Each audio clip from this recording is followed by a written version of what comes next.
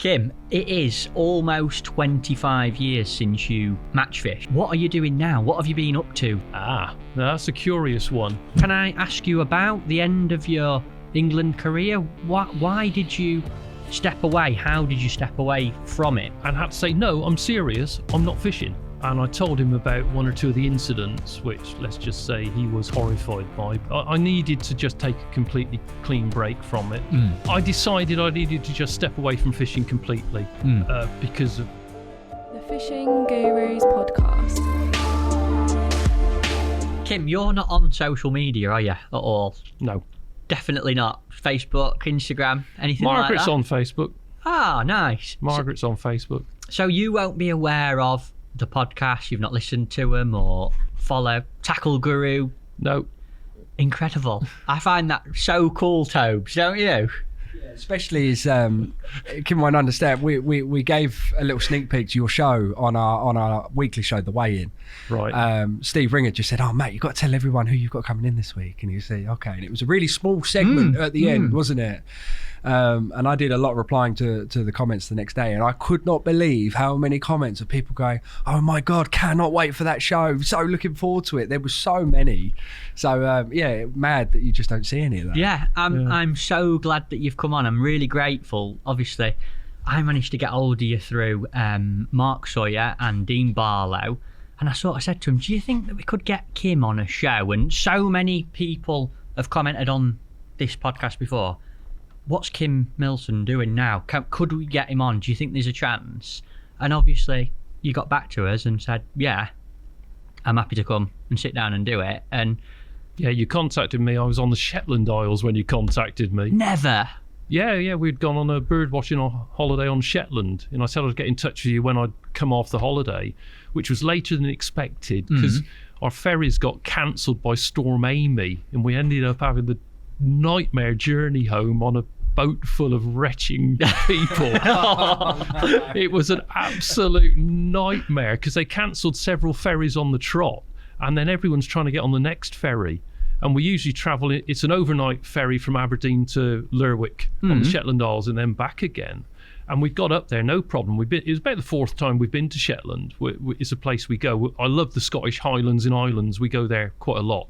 For the bird watching? For mostly birds, other wildlife as well. I mean, where we stop on Shetland, we were looking out over the sea and we've had whales going past and stuff like that. It's just wonderful, and it's wild and out of the way. I don't like too many people around. But yeah, we got stuck on Shetland for extra days, and we had to try and book on a boat to come back. Couldn't get through on the phone lines, so we actually drove to the ferry company's offices to try and get on a boat to come back, and managed to get on, but we couldn't get the car on. Sounds wild. The car decks were booked solid, so we had to send the car on a separate freight ship and try and find it when we got back to Aberdeen. And then we usually have a cabin. The sailings are overnight. You sail at 7 and get back in to Aberdeen at 7 the next morning. So you have a cabin, get on, have a meal, go to sleep. We got on the ferry and we couldn't have a cabin. They sold us what they called a sleeping pod, which is basically a reclining chair in a room with 30 others. How did that go for you? Well, when we set off, we were at the ports on the east side of Shetland, and the gale was from the west. It was still blowing pretty strong. And we set off down the east side, and we went up on deck and sort of watched places go by and watched a few birds and waved goodbye to the Shetlands. And we went downstairs to get in the food queue, which was massive because you'd got so many people on board. And as we were stood in the food queue, we were getting near the front when we went past Sunborough Head, which is the bottom of the Shetland Isles, and suddenly the wind hit us. And suddenly you couldn't stand up. When we got our food, the ferry company had to have crew members. It was like a buffet service. You went and got the food you want, then pay for it. They had crew members standing by where you paid to carry your tray to a table whilst you tried to crawl behind, because the boat was going in about 6 directions at once. Sounds we scary. had the food and then managed to get back to our sleeping pods. Loads of people were just... In the morning, loads of people were in sleeping bags, sleeping in the corridors, on the chairs, everywhere, because they'd crammed the boat full of all the people that couldn't travel. We were lucky to even get a pod, but when we got to the sleeping pod room, all you heard was all around you. There was just people throwing up. It was usually you've got a cabin. You just go to your cabin, lie down, fine. But the sleeping pods, they wouldn't recline properly. You reclined as far as you go, and you're still sat in a like semi-sitting position. And I sleep on my side or on my front, so it's really uncomfortable. Plus, if you reclined it, I'm 6'2", and my feet stuck in the chair in front. They weren't long enough, so it's the most uncomfortable night's sleep.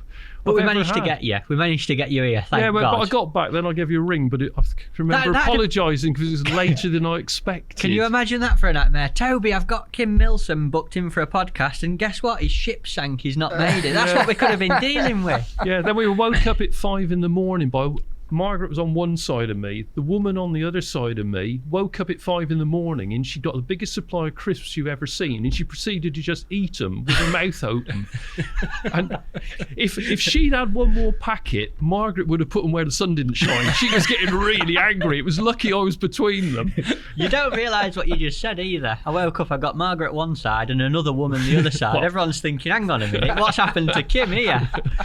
I think the best part of that is they've labelled it a sleeping pod or whatever. It's just a chair, isn't it? It was a reclining chair in a room with 30 others. Yeah. That's what it is. Yeah. I paid money for. Well, actually, I got a refund because it was less than the cabin that I'd paid for in advance. Oh, good. That I didn't get. Kim, it is almost 25 years since you match fished. What are you doing now? What have you been up to for the last 24 years or more? Because obviously we're going to have a big chat about a lot of stuff today, but I think that having you sat in front of us, the first thing people are going to want to know is what you've been doing, in short, in the last 25 years. Well, all sorts of things. Too much just a list. A lot of it's bird related, wildlife conservation related, various other things. At my weekends, I had quite a long spell playing cricket. I've been doing all the things that I couldn't do when I was fishing all the time. It's actually been very good. Have you missed it at all? The angler in me saying, do you miss it? Have you missed it? Are you itching to get any kit out at any point? Or no, I'm not. I don't miss it. I've got the opportunity to go fishing if I wanted to, but I haven't got any urge to go fishing. When my son was young, I used to still go fishing with him and take him. But he's grown up and left home and got his own life, and he doesn't fish anymore, so that doesn't happen. But no, I look back occasionally, but not with regrets or anything. Life's just moved on, and I've done a lot of other things. I think you'll be surprised, even in the fishing world, quite a lot of people are still very aware of, like I said, yourself, but also even what you're doing. Even when you get mentioned now, people say, oh, Kim, he does quite a lot of bird watching now, and you even had an appearance on Country Files relating to it, I think. Yeah, I appeared on Country File. In the area where I live, we've got a huge lot of gravel pits that are very good for wildlife, the Cotswold Water Park. And Country File wanted to come and film there, and I was recommended as the person they talked to on the filming about it was wintering ducks there. We get tens of thousands of winter ducks come and visit that breed elsewhere over Siberia and places like that. And I found myself on Country File talking to Ellie Harrison about ducks. So that was an interesting experience. It was even more interesting when the film went out, because they filmed me talking to Ellie about the various ducks, and then they filmed ducks and edited it together so that whatever we were talking about, they put up on screen, except they got some of the species wrong. Never! Yes. And so I got some right rib taking because I was talking about a pochard and there was a tufted duck on the screen. That might not be the right birds, but they got the birds, some of the birds were wrong, so it made it look like I didn't know what I was looking at, but it was edited together afterwards. But yeah, that was an interesting experience. Quite a few, I'm sure a lot of people in fishing even saw it, or they must have spotted you on there, sent messages to other people saying, have you seen Kim on this? And yeah, I actually had a little spate of texts and phone calls when the programme went out immediately after from people who were still in touch. Got you. Yeah, people saying, I've just seen you on the telly. Brilliant. I know nothing about how you got into fishing. And when I first started match fishing, and I'm talking 8 to 10 years old, getting serious about it, I used to read your articles. I'm glad someone detail. Definitely. I got my mum to dig out the Grand Western Tench video, and I'm going to get you to sign that before you leave today. Watched it over and over again. I remember the swinging pole pot that you used in it. Yeah, I remember that. Fishing a bit of bread, then some casters, and I'm pretty sure you've got you don't even realise how much, as a young angler, I used to read into what you did and watch your stuff. But for me, I'd be really interested, because I don't know anything about it, and I'm pretty sure a lot of other people will be the same, about the start of your fishing. Where did it actually kick off, and how did the journey go towards building into match fishing, team fishing, and eventually an international career? Where did it even kick off, Kim?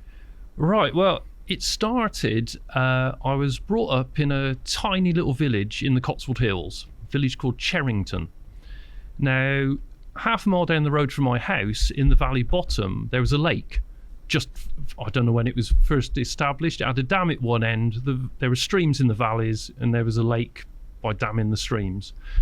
And we used to go for family walks around there, and I'd see people fishing, and I wanted to go fishing.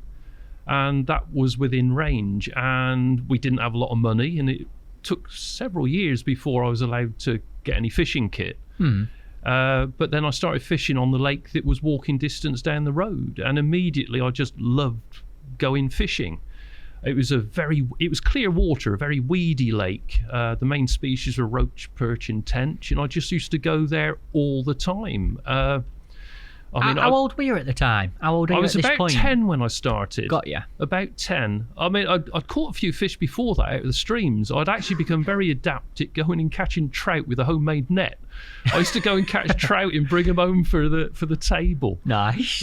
Which was different. I'm not sure how legal, but I was very, very young at the time. But then I got fishing kit, went fishing in the local lake, and I was so keen. I mean, in the summer, there was a proper close season in those days. So you started from June the 16th, and there were tench, so it was wonderful, and you'd be there at dawn. And because it was so weedy, you had to drag swims out of it and then fish in the area you'd cleared. And the best time to catch the fish was early morning or in the evening. So even during the week on a school day, I'd be up at 4 a.m, down the lake at dawn, and fish for several hours, then run home, get changed into my school uniform and catch the bus to school. Then I'd come home, get changed, and go down the lake and fish the evening as well. Never. That's how keen I was. Twice a day job. Twice a day on the local lake. I don't think it did my homework marks much good. But I just loved it and got carried away. And in the winter, the weed died off, and you could fish wagglers further out and try ledgering. You could try different things in the winter, and you still caught fish. But that's where I went. And the local club that owned it, they had a few matches on it. And they also had matches on other local venues, which would be places like the very Upper Thames, the Bristol Avon, one or two little local canals, the Gloucester Canal. And one or two of the members of the team, my parents didn't fish, no one else in the family went fishing, so there was this keen young kid, and some of the seniors would go out of their way to come and pick me up and take me off to club matches or take me off to fish other venues, because the first matches were on the local lake. I didn't fish them at first, but then I started to fish them. And names like Larry Freeman, who's now dead, and Ken Wilson, who is still alive and I'm still in touch with at times, but he now lives in Pembrokeshire. They would go out of their way, pick up this young lad who was dead keen, and take me to other places. And it sort of carried on from there. And did you realise at quite a young age, looking back, that you were super keen? You got really invested into it? Yeah, I just loved going fishing. It became a huge thing for me, and fishing the competitions. As a junior, I started winning the competitions against the seniors. I think I was probably 13 or 14 when I won my first club match, which was on the Thames at Kelmscote with a very low weight of bleak. But I was winning club matches from a pretty young age, and then start fishing an odd open, and it goes from there. And I had my first big open win when I was 16. So I still wasn't driving, so I was still relying on lifts. But I won the Radcut in Clanfield Christmas Open on the River Thames at Radcut. In matches in those days, because we didn't have all the commercial fisheries, open matches tended to be much bigger. That one had 130 odd people fishing. Flipping it. And there I was as a 16-year-old junior. What did you catch? Can you remember the match clearly? Yeah, I caught 16 pound 4 ounces of size limit roach. This is back in the days when the Thames still had size limits. What is it? Because that's not a thing anymore. It's not a thing anymore. It died out probably only a year or two later, but in the Thames area, the fish all had size limits, presumably stemming back to when people took them all home to eat. And roach had to be over 7 inches, chub and bream had to be over 12 inches, and everything was measured before being weighed at the end of the match. And if it was undersized, you couldn't weigh it in. You could catch a net full of 10-ounce chub in blank. That's ridiculous, isn't it? But I mean, the roach I caught that day, they were up to about 1.5 pounds. It was big roach. And I weighed 16 pound 4 ounces and won a open match 130 odd pegs. But yeah, I mean, one of the funniest things that day, the guy that gave me a lift, it was a Christmas fur and feather match. Do they still exist where they have loads of prizes? Yeah, they do. They have a lot of turkeys and stuff like that. Yeah, turkeys and stuff. So I went home with the turkey. My mate hadn't caught so much, he'd given me a lift. And he had the very last prize to go and pick it up. Now, it was a brace of pigeons. Now, the problem is, he had 2 hobbies. One was angling, the other was keeping pigeons. Oh, no. He was absolutely disgusted and refused to take them. I don't know. What was your younger years like aside from fishing, Kim? Were you good at school? Did you enjoy education? Were you well educated? I don't know anything about that side of you or what you sort of learned or grew up doing. Right, my education. When I was young, the village I was in, which was tiny, had its own village school still. It shut when I had 1 year of junior school left through lack of pupils. When it shut, it was combined infants and junior school and had a total of 15 pupils. That's tiny. Yeah, I've seen the comedian Josh Widdicombe do things where he talks about there was only 4 kids in his year at school. I can beat that. I was the only kid in my year. No! The whole school was taught by one teacher, all the different ages, so it probably wasn't the best education. That would explain a lot. But it shut through lack of pupils when I was 10. There were 2 girls in the year above me. There were 2 girls in the year below. There's a common theme here. You've been surrounded by women already. We're only 10 minutes in. So I went to this little tiny school. Then when it shut, I went to the local comprehensive school in the town of Tetbury, which was a 4-mile bus ride. And suddenly I was chucked into a class of 30. There were 60 kids in a year, two classes for each year, which was quite scary to start with. And then went on to the secondary school that was just up the road after that and got educated there. Which, I mean, I did fine. I didn't like being educated. I didn't enjoy school.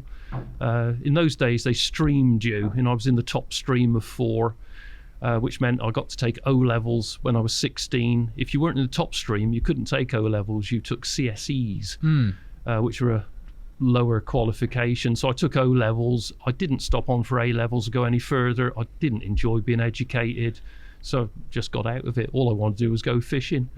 Like it. Nothing wrong with that at all. Interesting little upbringing though. Never heard of anyone going to a school where you're the only person in a year. That's mental. Yeah. Crazy. Back to fishing. Obviously, you're on the open match circuit, sort of just. How did you progress through to getting deeper into it? Team fishing, the next level of match fishing, obviously learning to drive somewhere in between, I'm assuming. Yeah, I mean, I passed a driving test when I 17 or 18, and the big change came. I fished a few opens and some club matches till I was about 20. Then one of the other anglers who I'd got to know through inter-club fishing, because there were team matches against other clubs in the area and winter leagues that we fished in locally.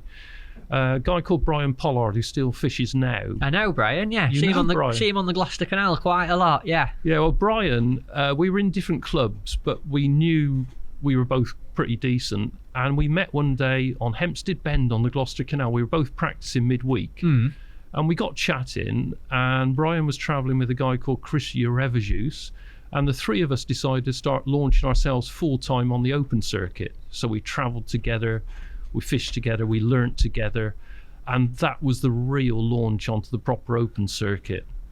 And that went really well. I mean, Chris Urevicius, the surname's Lithuanian. His dad ended up in England after the war. Right. He had the distinction in the war. He was actually captured and put in prison camps by both sides in the war because no one knew whose side Lithuania was on. Never. But then he ended up in England after the war. He was actually on his way to Canada to become a lumberjack when he met Chris's mum, and he stayed. But What a journey. He's ended up here by all sorts of means then, hasn't he? Yeah, Flipping but heck. Chris himself, the son of the guy from Lithuania, it was hilarious because his name, I won't try and write it down for you, but used to get, if he'd framed at the end of a match and they were reading the results out and it was someone that didn't know him, they'd get to it and you were waiting to see how they'd tackle his name because it really was, they'd try and pronounce it and they'd give up in the end. Is he still kicking about now? I haven't seen him for many years. No. I understand he gave up fishing. Ah, right. I haven't seen Chris for a long, long time. Got you. But yeah, the three of us travelled together. It went really, really well. We learnt a lot. Progressed. What sort of venue? I mean, you mentioned the Gloucester Canal, but in these sort of early days of open matches, whereabouts did you fish? And did you specifically pick venues sort of tactically and match-wise because you knew it would make you better or you knew it had enhanced your learning curve sort of thing? You fished the venues that were within range that had opens because, again, you didn't have the commercial fisheries. So our venues within range, you had the Gloucester Canal, which was a major venue with opens most Sundays. The Bristol Avon, a lot of that was within range. So I fished the Bristol Avon a lot. The lower Warwickshire Avon from Evesham downstream, mostly. The Kennet and Avon Canal. That would be some of the main ones. But other places as well. The Huntsville in Somerset came into play occasionally, maybe the Wye or the Severn, though I've never... The lower Severn in those days, there were a few matches, but we didn't go there that often. But it gradually spread out onto other venues in the area. What did... Oh, Longleat Lakes as well. That was a big venue in the day. That near the safari park? It's in the safari park. It's some separate lakes. If you fish the lakes further down through the chain of lakes, then you've got problems with hippos and things. But there were some lakes there which one of the guys that worked there used to run matches on, and that was very good. Good fishing for roach and bream mostly, but that had regular matches as well. When did team fishing come into it for you, Kim, or how did you progress? Because obviously we're working towards, eventually getting into the England team. When did team fishing become a thing? Was it something you did at that sort of age, really young? Yeah, from a young age I was fishing, even for the local club that owned Cherrington Lake. You'd fish in local winter leagues in teams. Then with Chris and Brian, we put together a team to fish various local events, which we won. I remember we won the Stroud Winter League, Stroud being one of the local places in Gloucester. And that was big. That was 120 pegs in those days. It was teams of 6, but 20 teams. Then we put together a team to fish in an Angling Times Winter League, which was 12 a side, and we fished in a division in Wiltshire, which was mostly on the Bristol Avon, and we won that. But then we moved on. We ended up fishing with Gordon League for a couple of years. We fished a couple of nationals with those, and we won medals both years. So the team fishing gradually came into it, but we were all massively keen and we practiced a lot, shared all the information. I remember when continental ground bait started appearing, we'd line up on the Gloucester Canal and all fish identical rigs, identical distances out, but with different ground bait mixes, and work out what was the best mixes for different species. That's the sort of way we learned. What was your practicing like, Kim? Like, obviously you took it very, very seriously with what you're saying there, but tell me a little bit about the Gloucester Canal and what that taught you about fishing, because it's a venue we still fish now. It is renownedly technical and quite fair, a lot of people still comment now. And I know that you spent a lot of time fishing there in this sort of period. What did it teach you? What did you learn on the Gloucester that were really significant? There must have been quite a few things from that venue. Yeah, there's so much you learn. Where do you start? I mean, you learn what rigs work. You learn whether you need to fish over depth or dead depth, or what you're going to do. it taught you things. A lot of the Gloucester's sloping, and you learnt that you never feed past where your float's going to be. You feed short of it so that any food moves down to where you're fishing. The fish often hang off the back edge of where you're feeding. It taught me you don't want to just put all your eggs in one basket and fish one line. One of the big things I learned is that when you're competing, you typically fish 2 lines. You don't want to fragment the fish all over the place, but 2 lines, feed them both and work between them, and never fish a line out. When you're catching fish on a line, as they start to slow up and it gets harder, don't stay there, leave it alone, because if you've caught too many out of a shoal and they're getting wary, leave the last few there, let them get confident and attract their mates in, then go back to fish for them. I'd have people who just didn't understand it. They say, you were catching on the feeder, but you've stopped and gone on the pole. You'd have caught so much more if you carried on the feeder. You were catching skimmers, you only caught roach on the pole. And they just didn't understand. By resting it, you went back out and caught skimmers again, and you'd caught roach on the pole. And you've just won the match with a mixed bag. And they haven't, because they stayed on the feeder. And they only caught half as much as you because they caught all the fish, scared the others off, and they hadn't rested it. Resting a peg, feeding it, giving the fish confidence, being in touch with what's happening, really thinking about it, understanding how fish feed. I used to keep an aquarium with things like gudgeon and roach in it and watch them feed. Honestly? You learn all sorts of things. What did you do with that? Where was it? Just in the house. I just kept an aquarium in the house and had some proper fish in it. And what did you find from that? Did you ever learn anything from that? You see how they feed. You see how they take baits. No, I wasn't fishing for them. But things like gudgeon, which everyone thinks are just bottom feeding fish, they would usually intercept the food before it hit the bottom. So you learnt to do little things like that. Like if I was gudgeon fishing, because you've got to catch lots of them and you want to see the bites quickly, I'd have quite a short hook length with a number 13 shot on it, which you could see land on a very fine bristle. And if they were feeding really well and you were fishing dead depth for gudgeon, I'd actually slide the number 13 shot right down so it was touching the hook. No. And when they're feeding well and intercepting the bait on the way down, you knew the rhythm of the float settling and then the 13 landing. And if it didn't land, you lifted the gudgeon out. The shot is literally on the spade of the hook. And if once it settled, because you're fishing dead depth, if they picked it up and moved upwards half an inch, you lifted the gudgeon out again then. People couldn't understand how you were seeing bites so quickly when the float hadn't gone under. Incredible. Absolutely. So you learn love little things like that. You've got to try and learn when you practice. When you practice, you need to experiment in work. It's no good just practicing to see how many fish can I catch, can I fill the net up. You need to experiment and just learn as much as you can. And I think I've got a pretty reasonable brain, and I tried to use it to really work out what was going on and improve tactics. I'm interested, you mentioned ground bait and continental ground baits really coming into play, and you used to sit and all fish with different ground baits, same distance, same amount of bait, same depth. Yeah. What did you learn about ground baits? What were your favourites, and what was a good thing in a ground bait or a bad thing in a given circumstance? What were your sort of theories on that, out of interest? We got it down to very basic stuff. I mean, there weren't that many ground baits around to start with, but we didn't confuse ourselves trying loads of different ones. What we found was best for roach on the Gloucester Canal was a ground bait called Super Cup. Does that still exist? Still exists, Super Cup. We used to fish with Super Cup, but you had to mix it right. You wanted it to... It had to sink. If you didn't have enough water with it, it floats. But you didn't want stodgy balls. I mean, Super Cup breaks up quite easily anyway. You want it to go down and be dry enough that you created a cloud in the water as it got near the bottom. That particularly applied when bloodworm came in as well.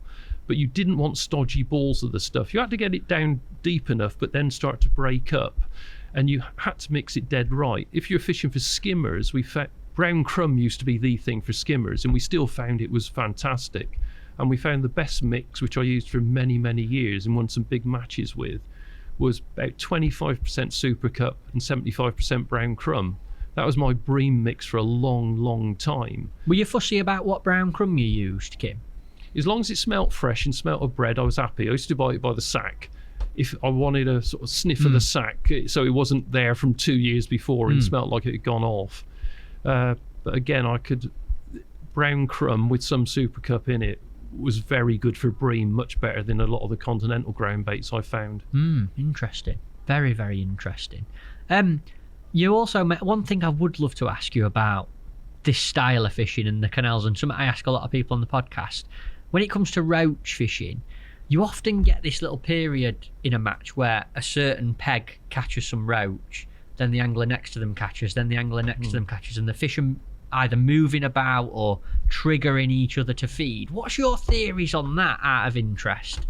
Well, I've seen shoals in clear water of roach which have been massive, and I think there's often a lot more fish down there than you realise, and they do move around in huge shoals a lot of the time. So yeah, you do get it where a shoal moves through. It's just important that when they go past you, you hold them and then catch them efficiently.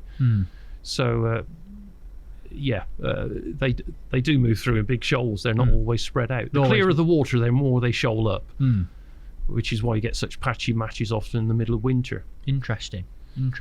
But yeah, we used to learn a lot together, and it was really good fishing with Chris and Brian.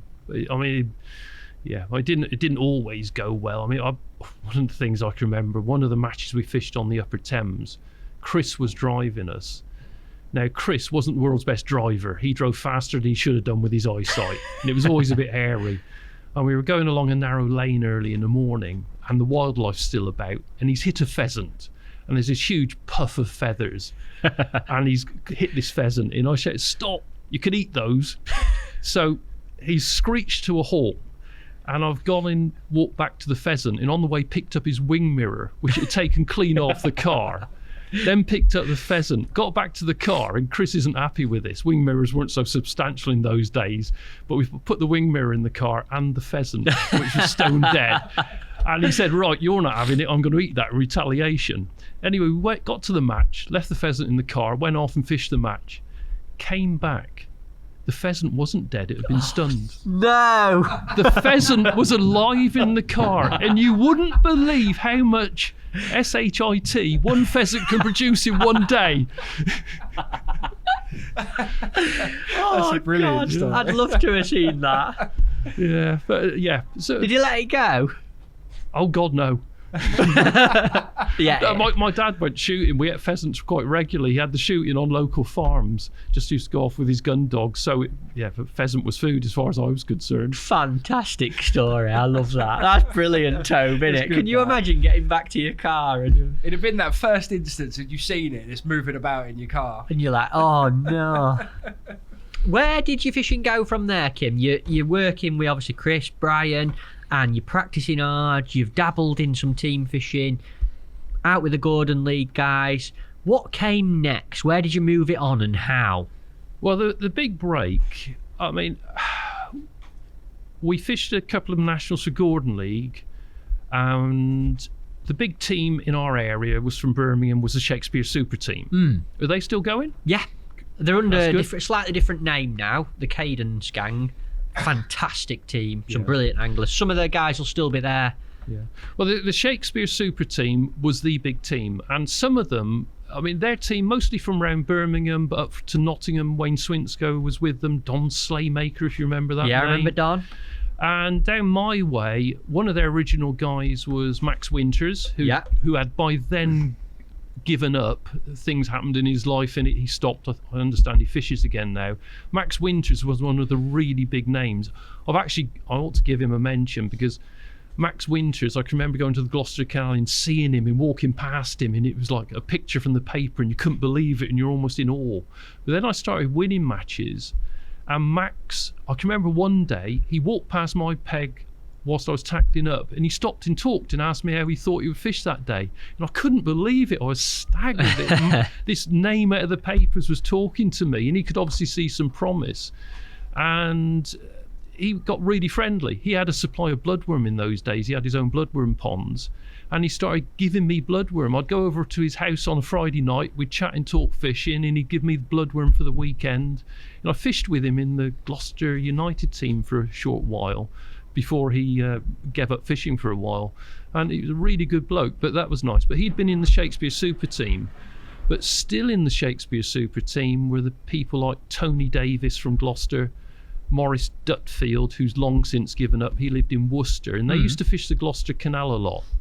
And Shakespeare needed a new angler. And those two in particular, they fished against me, and they told Ken Giles, who was the captain, this is the man you want. And so Ken Giles rang me up and we chatted, and I found myself in the Shakespeare Super Team, which was hell of a step up. And so then I stopped fishing a lot of the time with Brian and Chris because I was going to other places. Still fish with them a bit, but most of the time you had to suddenly go to other places. And how long did you fish for Shakespeare for, Kim? Several years. I'm not quite sure how long it was. It probably no more than 5. Sort of probably 4 or 5 years, I would think. But I mean, what stands out from that little period for you with Shakespeare? You know, any particular wins or any trips, matches, events that experiences you had with that team? Because we had the first big national competition that I'd been involved in winning was with the Shakespeare Super Team. We got to the Drennan Super League final, which was held in Ireland. And we won that. So that was one of the really big national team events. We won that. The other events, which were pretty big, the John Smith's weekend, there was always a team event. And Shakespeare, we used to win that. So I won it probably a couple of times at least with Shakespeare. So there were some big team wins there. That at Evesham on the Avon? That was at Evesham on the Avon. I understand the John Smith's weekend doesn't exist anymore. Yeah, it's still going. Oh, it does? The Evesham weekend is. It's not called the John Smith's anymore, but the Evesham weekend's still a thing. They still have it. Yeah, no, that's brilliant. I mean, not all the matches went well. I can remember one particular match on the Severn. The Severn was almost in flood. It was horrible. And the peg I drew, this is in a West Midlands Super League, I think that's the right title, where our main rivals were Starlets. The peg I drew, you had to fish the tip because it was flowing too quick for a float. It was horrible. But wherever I cast, I just lost the rig. It was just full of trees or something. It was horrible. And I'd caught one small eel, and we were in the last hour, and there was one bloke who hadn't turned up in the section, and I was only just in front of him, and he wasn't on his peg. And I decided to put on really strong kit. I put in a big bed of hemp and fished over the top of it, hoping for a barbel to get me out of the mire and move me up the section.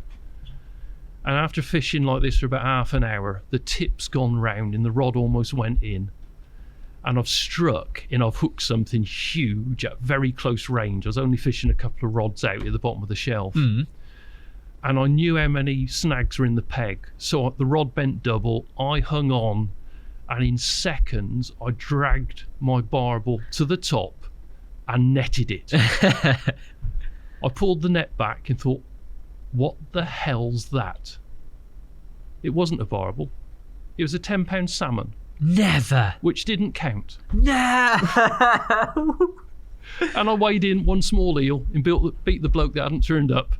But you dragged a 10-pound salmon in seconds. Landed in about 30 seconds. Oh my! It hooked in the mouth. Yeah. Flipping heck. It's the only big salmon I've ever caught. Fish of a lifetime for some people. Oh, fish of a lifetime, yeah. I didn't want it then. Oh my God. Did it go back or did it end up on the table? Oh, can't remember. Can't remember. But one of the big things about getting into the Shakespeare team, though, was that suddenly with a higher profile, there was a circuit of invitation matches, often with bigger prize money, that you just couldn't get into without being in one of the big teams. It was invitation only. You had to be a big name. And suddenly, a year after getting into the Shakespeare team, which I think was 1987, it would have been 1987, suddenly I got invites to big matches, big sponsored matches against the other top anglers. And that's, once I got the invites, that started to go really, really well. What sort of matches, Kim? Which ones were there? Well, one of the very first big ones I got into was what had been the Central TV Classic, which was at Holme Pierpont, where a lot of the big matches were. Now, just before I fished it for the first time, the sponsorship or the backing of Central TV pulled out, and Van der Nine took on the sponsorship. So it became the Van der Nine Classic. £2,000 first prize, which in 1988 was a fair bit of money. Big field, invited, including foreign internationals, all the top English players, and I was there. And I went up to Holme Pierpont. I'd only fished it odd times before. I could get information off Wayne Swinsko, who was in the team and lived in Nottingham. He was very good. I mean, I got to say, Wayne, I fished with for a lot of years. When I used to fish a lot at Holme Pierpont, Wayne would put me up at his house, which was great because he had the fridging facilities for baiting and all that sort of thing. And we were very different characters. Wayne's an extrovert, I'm an introvert, but we got on really well, and I think we trusted each other. And yeah, we got on well. We probably learned a lot from each other, but it was really good to me to have a base with someone you could trust and who help you. We've had Wayne in here. We've had him on a podcast. Brilliant. And he spoke about yourself, Essex. He was a great guest, wasn't he, Tobes? We know he's had massive views, very popular, very as good. well. But anyway, this match, the Van der Nine Classic, 1988 Holme Pierpont, I've gone along, and basically what I used to do a lot was transfer methods that worked on one venue to another. So I've turned up, I've got my Super Cup ground bait, I've got my bloodworm, and it's shallower, but I'm going to fish it very similar to how I'd fish for roach on the Gloucester Canal. And I'd learned on the Gloucester Canal, my roach fishing there with bloodworm, I'd start off with Super Cup ground bait, but then I was into feeding often sort of feeder bloodworm rather than joker, because I had a pond then that I'd get a lot from, so very small bloodworm. I used to get it in a bait tin, put on a tiny amount of grey leam, shake it round, it would all stick together, and you could actually squeeze it in little balls and throw them, and then it just break up in the bloodworm would almost loose feed down into the roach and it didn't disturb them. So ground bait at the start, then this joker or feeder worm just held together with a bit of grey leam and throw it out every cast, so you could top up all the time, get the fish feeding. And I did that at Holme Pierpont in this big invitation, and I caught 16 pound odd of small roach, and I won.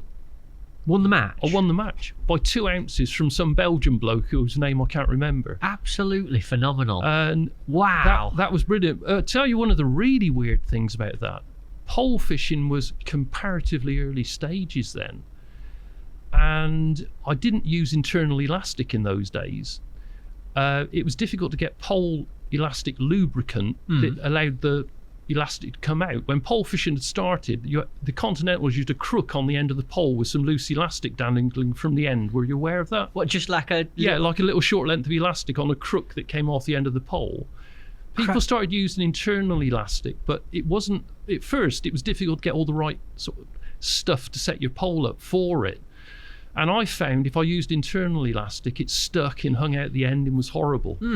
So I put little tiny rod rings along my top section and ran the elastic through that. So there was no friction, no need for lubricant. And when I won the Van der Nine Classic, I was still using external tiny rings with external elastic. Never.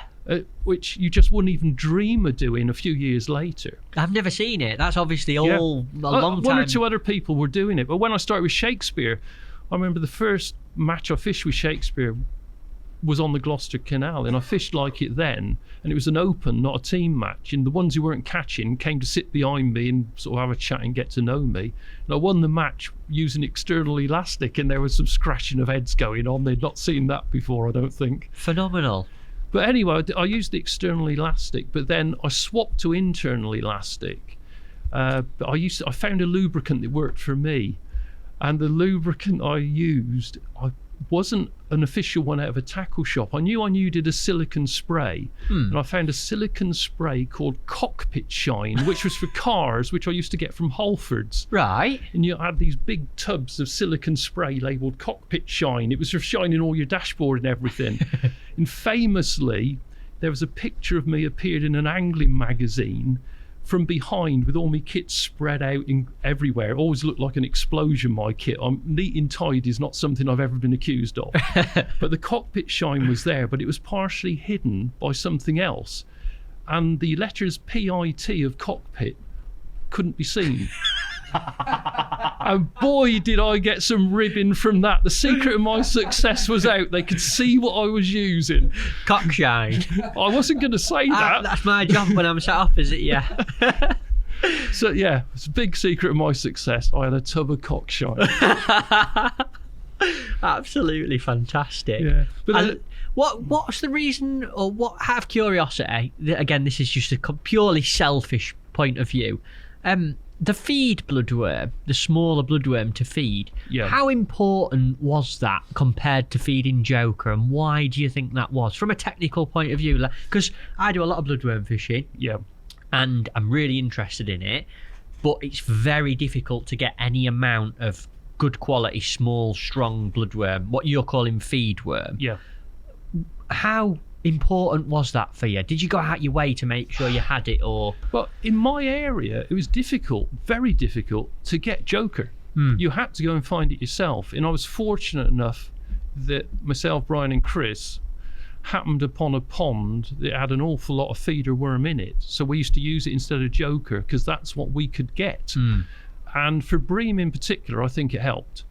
For roach, I think Joker... I think you caught a better stamper roach on it, but not so many. So it had its pros and cons. Fresh Joker or feeder worm, it's a real toss-up. But we could get the feeder worm. Where we got it from, I'm not going to divulge. And we used to have to go in out of hours in the middle of the night sometimes. But I mean, actually, on that subject of scraping bloodworm, I actually had a bloodworm pond close to my home in Cherrington when I lived there. And that's probably the best protected bloodworm pond in the country. Because I think I mentioned earlier, my dad went shooting.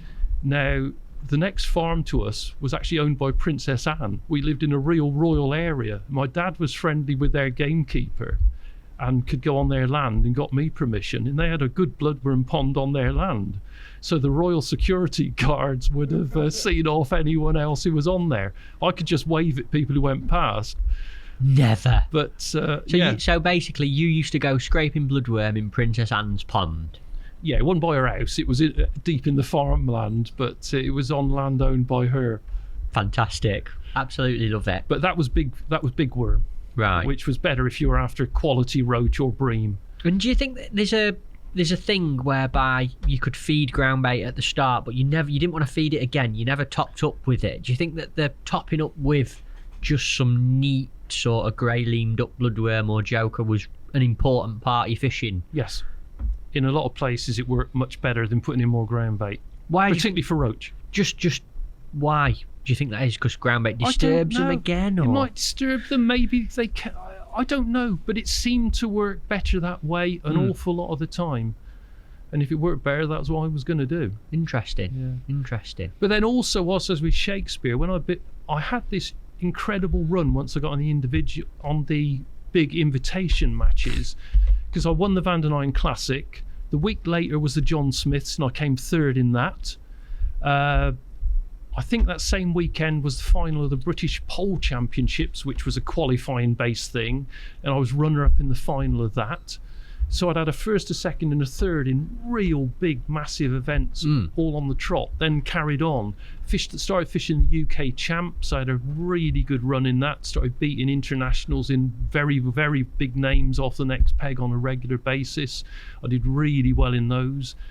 And then having got all the results, I got a call up to the home international England team, which was fantastic. The first one I fished being at Edgbaston Reservoir. How did that go?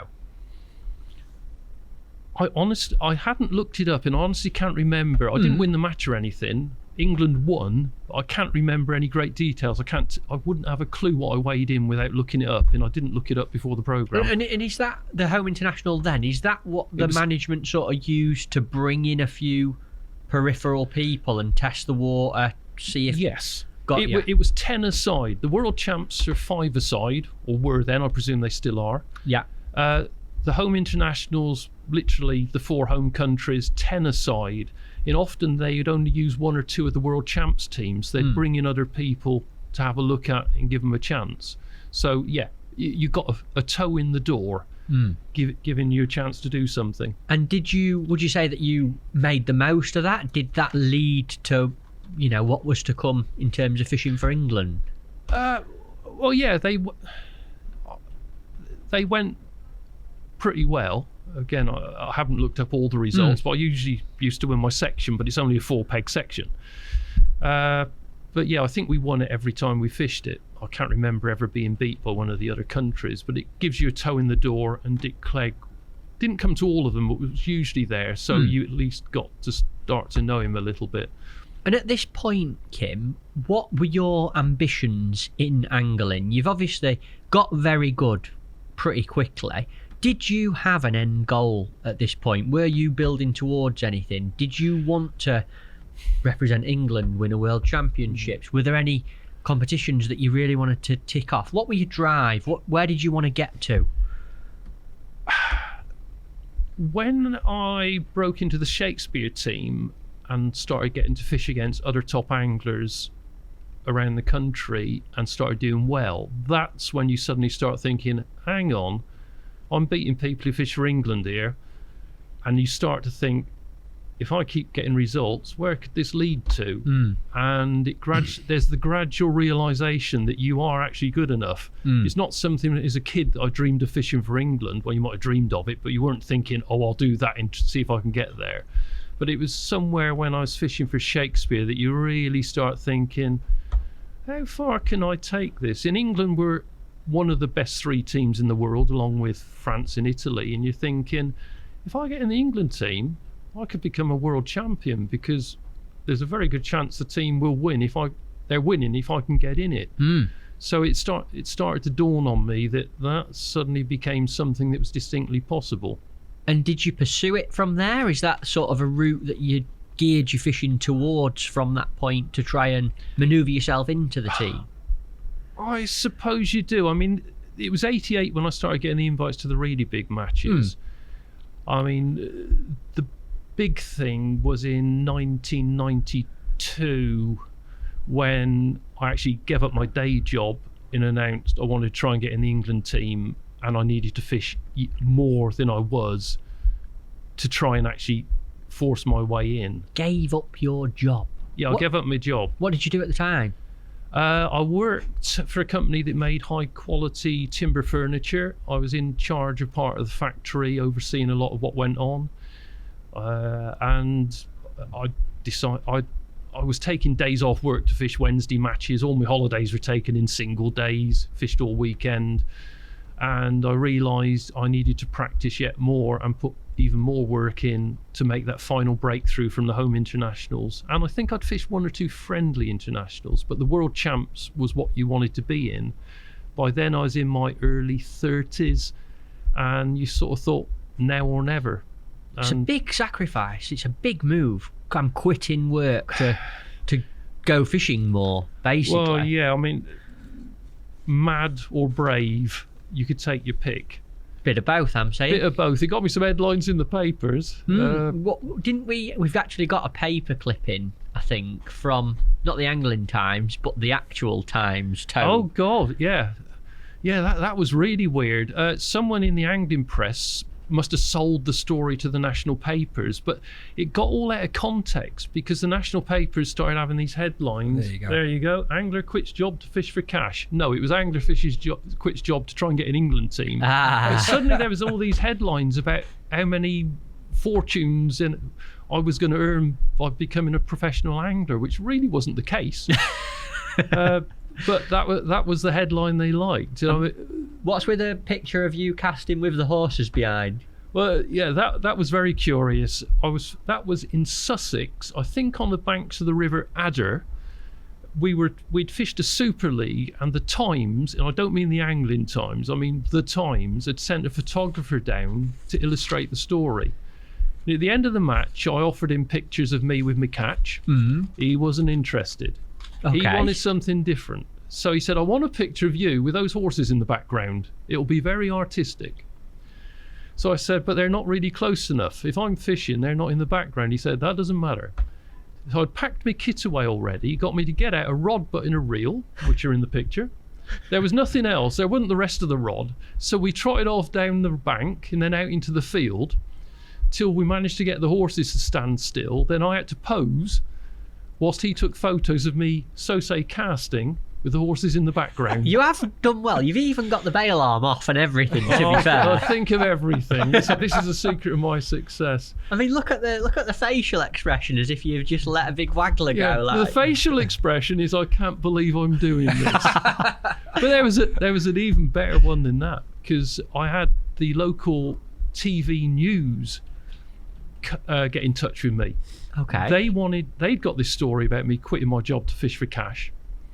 And they wanted some film footage of me to put on the evening news at the end of the national news. So we agreed to meet up on the banks of the Gloucester Canal once they'd established that was my best known venue. So I met up with the film crew and a young lady who was going to interview me. And I set up the kit and I said, okay, so how long have I got to catch you some fish? Because you've got to build a peg on the Gloucester to get a few fish together. And she said, oh, well, if we can be gone in 20 minutes, that'd be fine. 20 minutes? So anyway, we fished for 20 minutes and I did catch some small roach. But I mean, this was a real hospital pass. So anyway, they seemed happy and they went off. So I watched the evening news that night.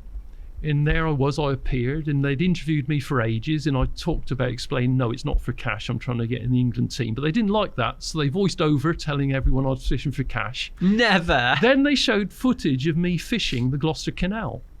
And then suddenly, there was a fish coming towards a landing net, just a close-up of the fish and the landing net, as a fish was drawn towards the landing net. And I'm thinking, that's not my landing net, and I didn't net anything.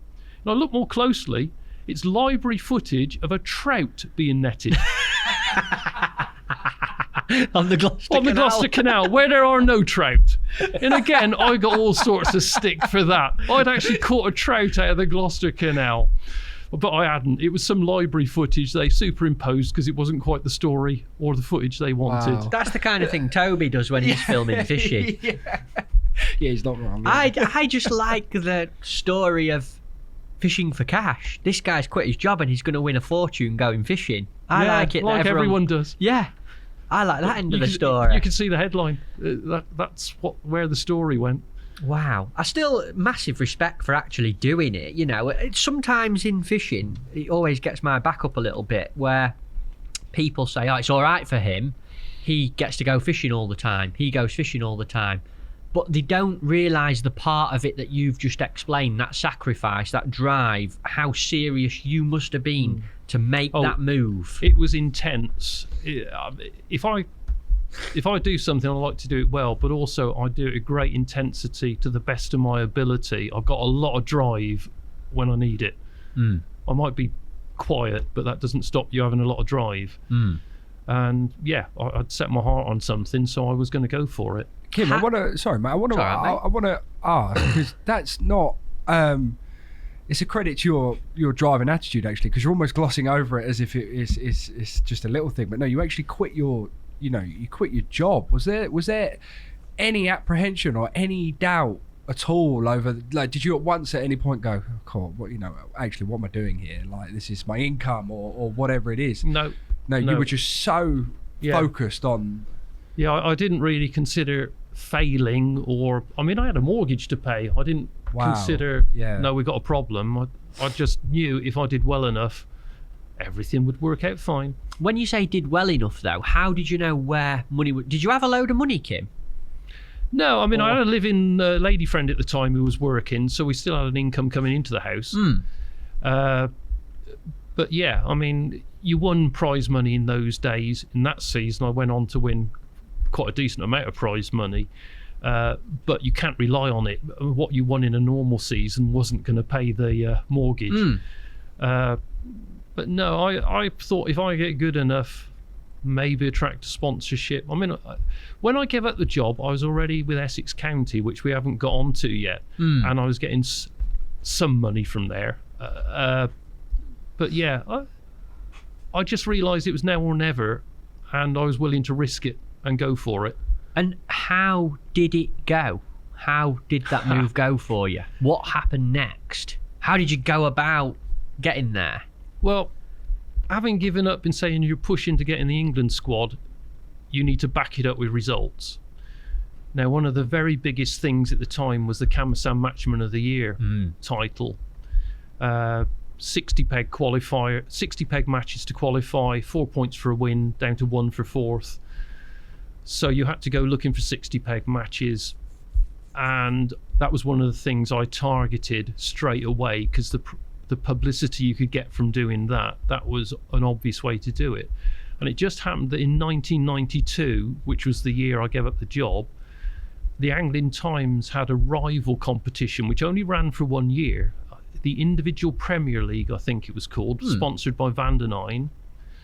And that they put a first prize of £5,000. So that, and if you were doing well in one, you were likely to be doing well in the other. The point scoring system was slightly different over the two, but basically you had to do well in big matches.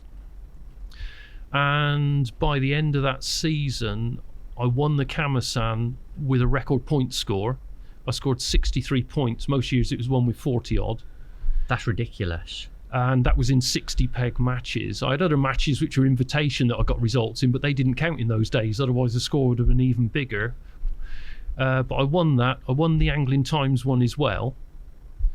And I'd just been winning all the time. And it just went incredibly well. Wasn't there also a match fishing competition, the Browning version, the same year? I won the Kamasan. I won it at the end of the season in March '93. So I won the Kamasan Matchman of the Year. Yeah, that's the Kamasan trophy. That I was up in London. That's Peter Brownlow, one of the Drennan / Kamasan directors, presenting me with the trophy. Wow. Looking smart there, Kim. Unusual. People didn't recognise me. Wow. I think I'd even had a shave. But yeah, I won that. But then one of the other big events was the Browning Matchman of the Year, which was run by Match Fishing magazine. And every month they invited 5 or 6 people along. And the following season they'd run a one-off match with 60 people invited, and Browning put up £1,000 for a first prize. Now, I won the Kamasan Matchman of the Year in the March when the season ended. The start of the following season, I can't remember how early in the season, the Browning Matchman of the Year took place, and they held it on Holm Pierpont, largely because in 1994 the World Championships were scheduled for Holm Pierpont, and they thought it'd be a really good idea to put it on the venue where everyone wanted to do well to impress a certain Mr. Clegg. So I went to fish the Browning Matchman of the Year, having won the Kamasan, having won the Angling Times Individual League, and I fished the Browning. And in the Browning match, I went up to practice the day before, and most people up there practicing, there was lines of people practicing, most of them catching roach, and there were bream around on Holm Pierpont a lot of the time then, and I fished with my bream mix. I put in a lot of ground bait on my practice day with the brown crumb in the Super Cup. And one of the key things up there, you wanted to suck fish. Whoops, not the tea over. That's normally me that does something like that, Kim. You wanted to suck all the fish in the peg. Everyone had written about when you have the big continental ground bait bombardment, it's got to go in really solid, go to the bottom, break up slowly. That was absolute rubbish on most venues. Absolute rubbish.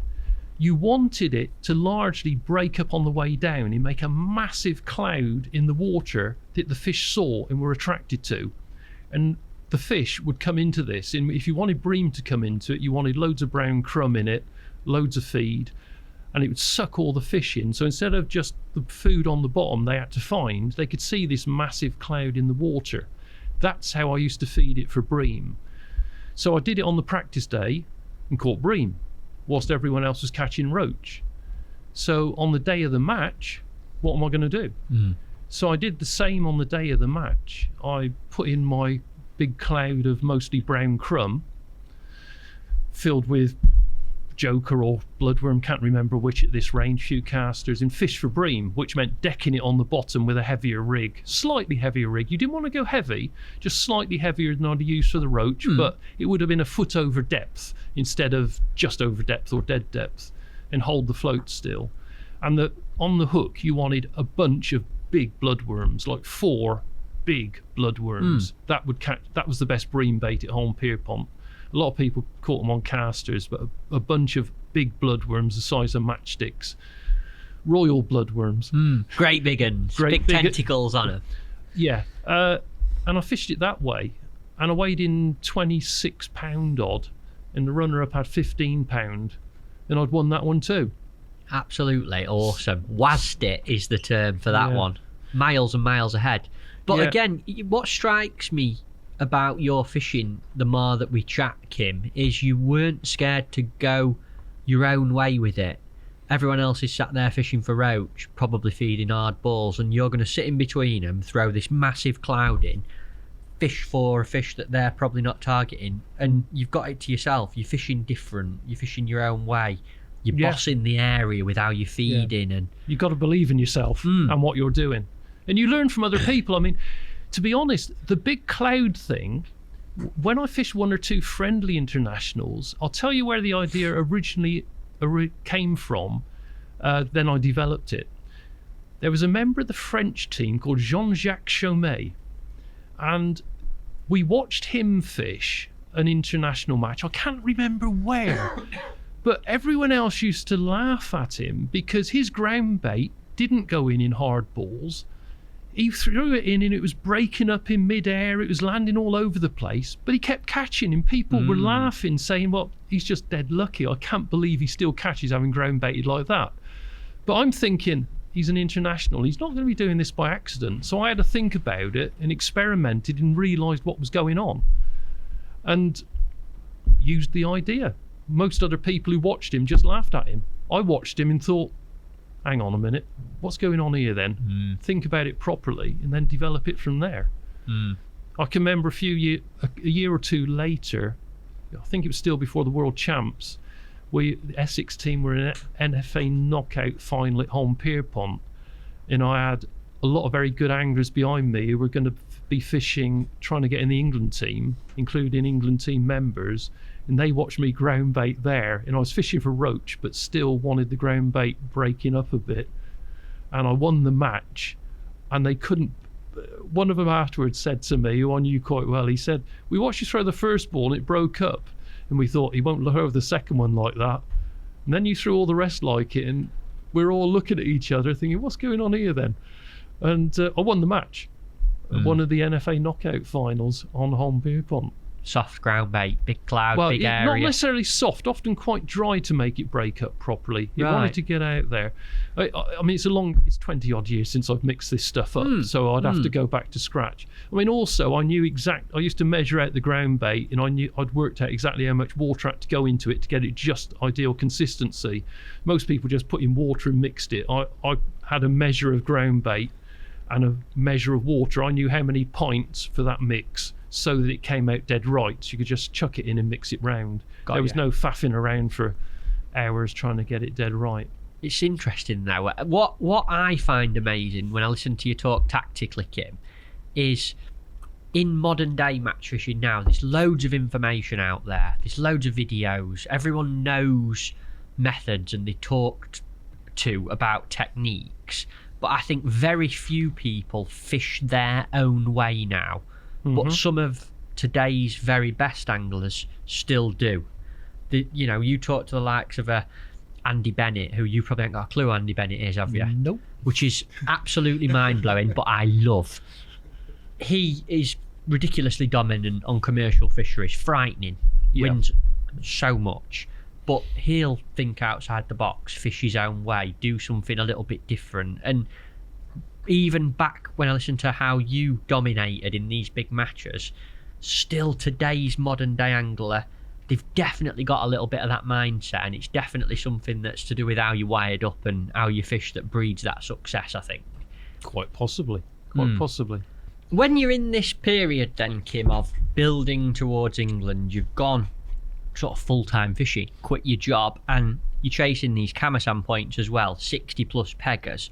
What matches and what venues did you fish at the time? Any sort of stand out as real learning venues where you felt you got to grips with things, or you had tactics nailed? Because to come top 4 in a 60 plus peg match is not an easy thing to do. Yeah, well, I fished matches wherever I had to go to get the 60 pegs. It's no good if you're trying to win it to be fishing 20, 30, 40 peggers, because they don't count. So you stick to the venues you know best when you can. Obviously, there's lots of team commitments as well, which dictates where you go to. One of the big venues which became a real favourite of mine, which I'd never visited before until that season, was Shrewsbury on the River Severn. Now, Shrewsbury through the winter used to have sell-out matches every Saturday and hold matches on Thursdays too, which were no good for points because they had to be weekends. But when I was short of a match at the start of the winter, because they run them through the autumn and the winter, I rang up the organiser, managed to get a ticket, never fished the place before, but I went along, fished the match and won it on my first visit ever. It was a freezing cold day when the ice was freezing in the rod rings and you could only just about fish properly, but I had 10 pound odd of mostly roach, mostly on a waggler, and won the match, so got 4 points. And then I, from that point forwards, became a regular there. I loved the venue, it suited me, and gradually developed the techniques there. And what was the crack at Shrewsbury, Kim? Because I know obviously I've had a chat with you before, and you sort of said to me you felt you could sit down and do well from a lot of pegs. And yeah, I felt I could frame, or at least win a section from a hell of a lot of pegs. I mean, most of Shrewsbury, I mean, the depth varies because it goes up and down like a yo-yo with winter rains. But you're looking typically maybe 9 or 10 foot of water. 9 foot's probably about average for a peg, and they give you good long pegs, probably 20 odd yard or meters these days pegs. And the technique that I evolved there, I used to loose feed maggots, and I'd feed in front of me, but you'd be catching the fish well down the peg where the loose feed was landing, and I'd only set up 2 rods in a typical peg, both long rods, because the predominant wind was downstream and you needed to get the line behind the float to control it. The floats were bollo type floats, if that makes sense, quite round bodied. The ones I had were actually made up for me specially by a guy, I forget his surname, Graham, who was in charge of float making at Drennan. By the time I was fishing lots of matches there, I was with Drennan, which we haven't come on to yet. But he made me these floats, quite round bodied, carbon stem, and a very thin peacock quill tip to them, because you needed them dotted down. This place was fished heavily, the fish were shy, and the peacock worked far better than anything else in balance with what you were fishing with. So I'd have 2 rigs, typically 1 2 gram, 1 4 gram. I'd fish 2 lines, one just off the rod end, the other wherever I could comfortably get the loose feed to, well out in the river. The 2 gram float would be for the close line, 4 gram for in the middle.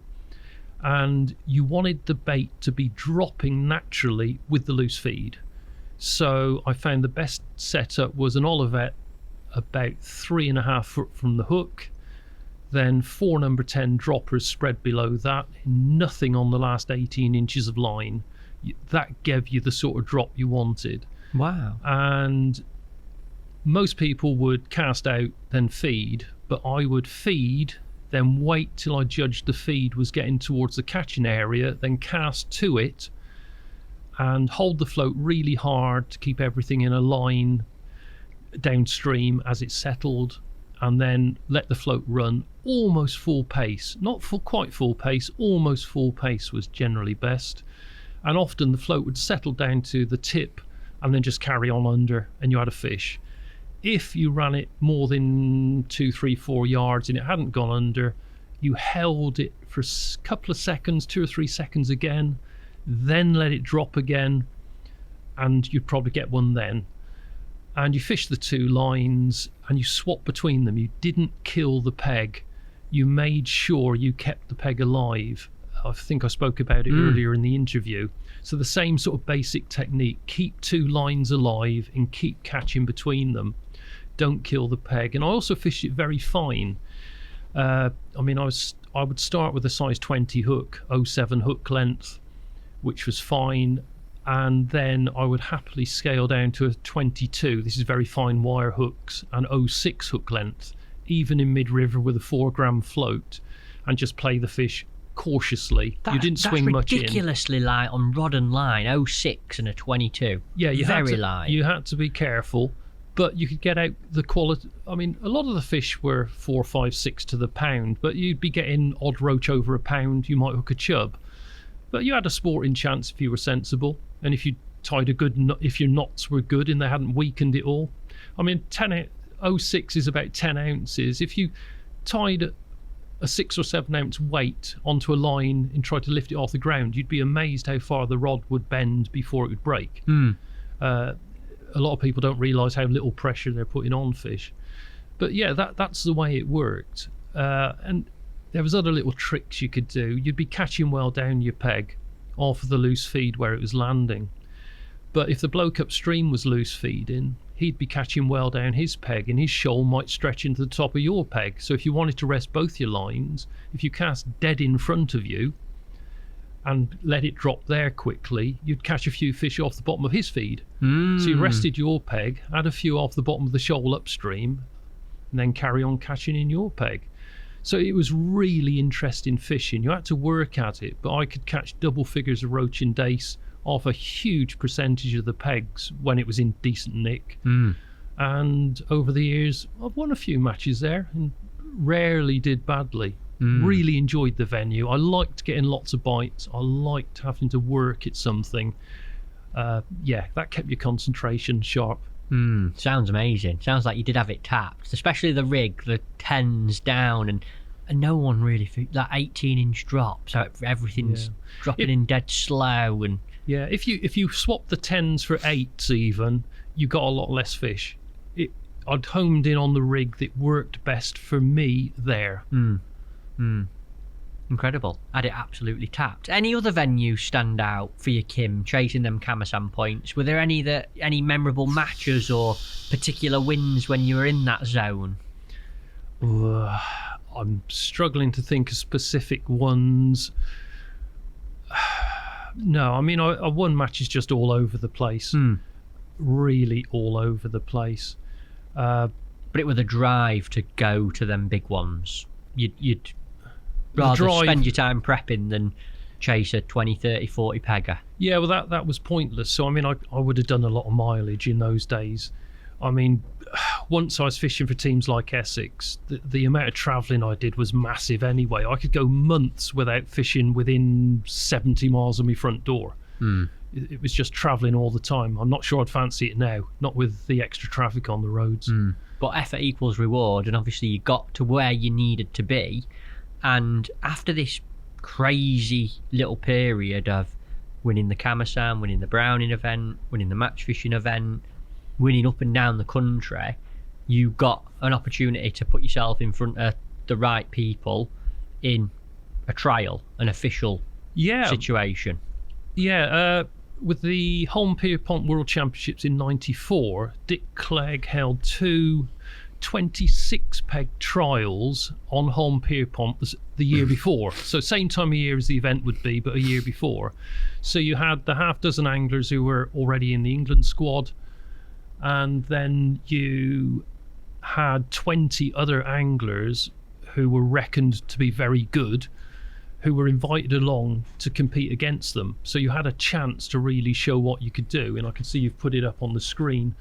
That's actually, I dug that out of the loft. That's actually an old match fishing magazine feature. They went along and actually recorded everyone's weight and made comments on what happened with everybody. Look at that. So I can see exactly how it went.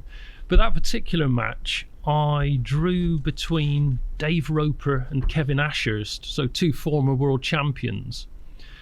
I mean, Kevin had been a boyhood hero of mine. He was one of the really big names when I was young.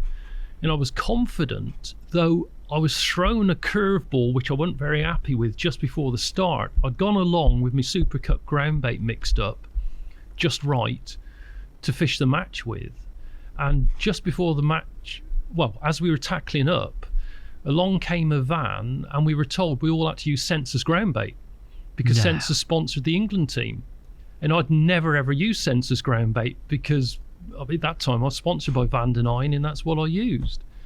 So they said, what ground bait do you want? And I said, I don't know, because I don't know what you've got. And they'd given it to Kevin Ashurst on the next peg just before, and I thought quickly and I said, I'll have whatever he's had.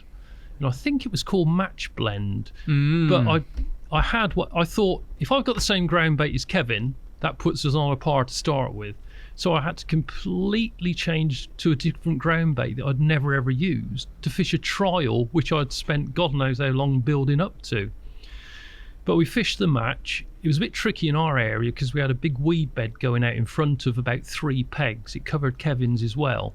And even feeding your rig out was difficult. You had to stand up and keep it off the water, otherwise it snagged in the weed. And it meant when you played fish out, you had to drag them over the top to the net.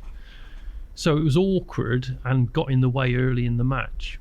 But I fished my technique of ground bait at the start, and then I had the leamed up joker with a tiny bit of grey leam, which I started feeding one little ball every chuck. And it breaks on the surface. It's almost like loose feeding joker into the water. And the peg got better and better. It was only a 3-hour match, but I weighed in 5 kilos 300. So what's that? 11-12 pounds of roach in 3 hours. And Kevin had 4 kilo odd. Dave Roper had, I think, 2 kilo odd. Yes, they did, because I got a note there.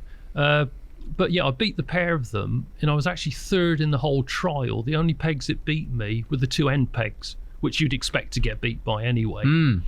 So that went well. Standout performance, really. Thank you. Yeah. But yeah, so then there was a second trial a week or 2 later. It wasn't the same day or the same weekend. So I went back to that, and on that trial, Dick Clegg placed us. There was no draw. We were placed. And he placed me right in the middle and surrounded me with some of his current squad. He put a Mr. A. Scotthorne on one side and a Mr. T. Pickering on the other. Interesting. So I thought, okay, so I've got his attention here.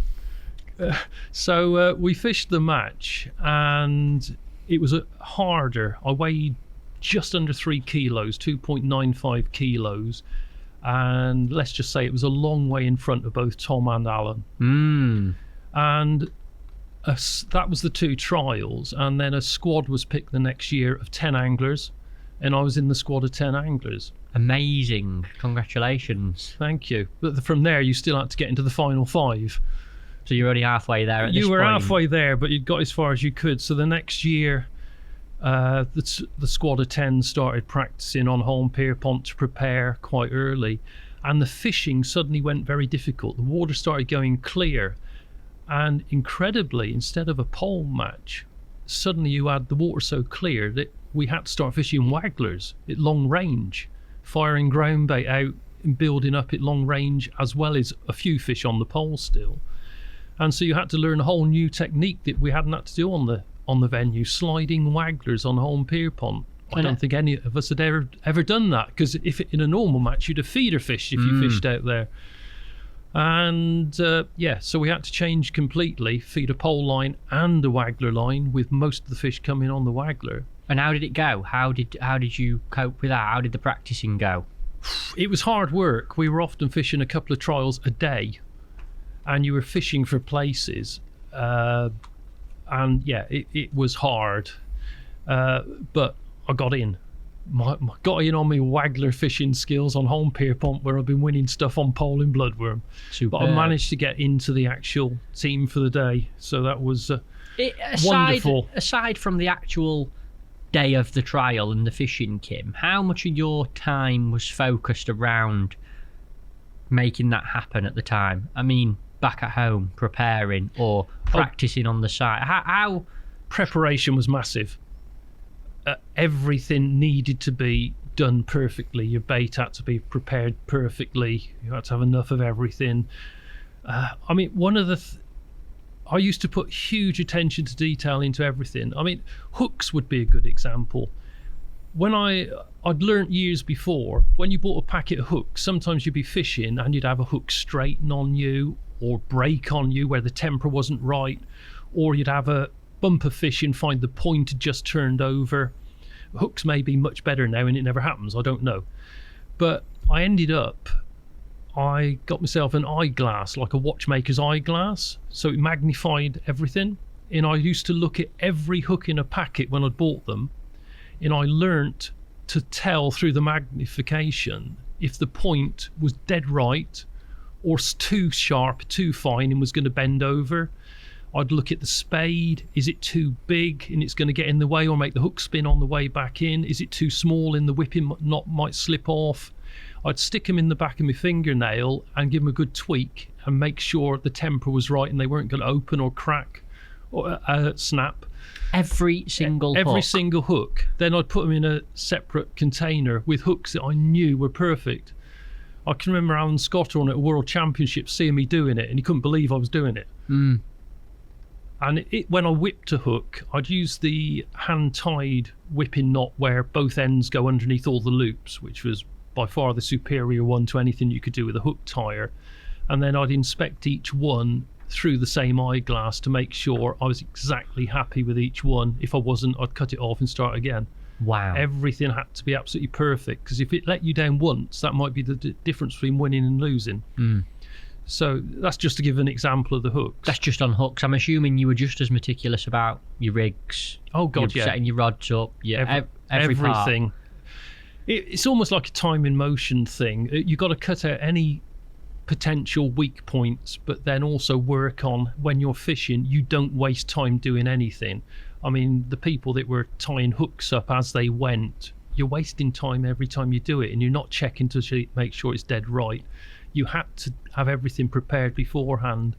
Your pole fishing, your main rigs, I wouldn't have one rig made up like that. I'd have identical rigs up. It might be identical rigs, one with a bigger hook, one with a smaller hook. So if you're catching on the bigger hook and they stopped, you could try a smaller hook by just picking up a different rig, not swapping the hook over. And if you tangled one, you had a spare up. Anything that might give you a tiniest edge, if you add them all together, it can add up to a lot. If that makes sense. Yeah, it sounds like any opportunity you had to stack a percent in your favour, you took it.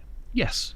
Yeah, I can remember the British cycling team talking about it years later when they were starting to win everything. They'd go into tiny, tiny little details on everything, look at every aspect to see what they could improve. And I was doing the same when I was fishing a long, long time ago. I love it. Absolutely love it. The cycling thing, it's funny you say that. They even airshipped or sent out on aeroplanes certain mattresses for the cycling team to sleep on to make sure they got a good night's sleep before the competition. That would be helpful. Like, unbelievable. Incredible. And so the second trial, you got in, you're in the world champs squad now at this point. How did that feel for you? You've been building towards getting picked for England. Was there any relief, or were you straight on to, I need to win this world championships now? Did you celebrate it in any way? It's so long. We're talking over 30 years ago. I can't remember when. I can't remember the details. I mean, I'd have obviously been absolutely thrilled and relieved to have got in.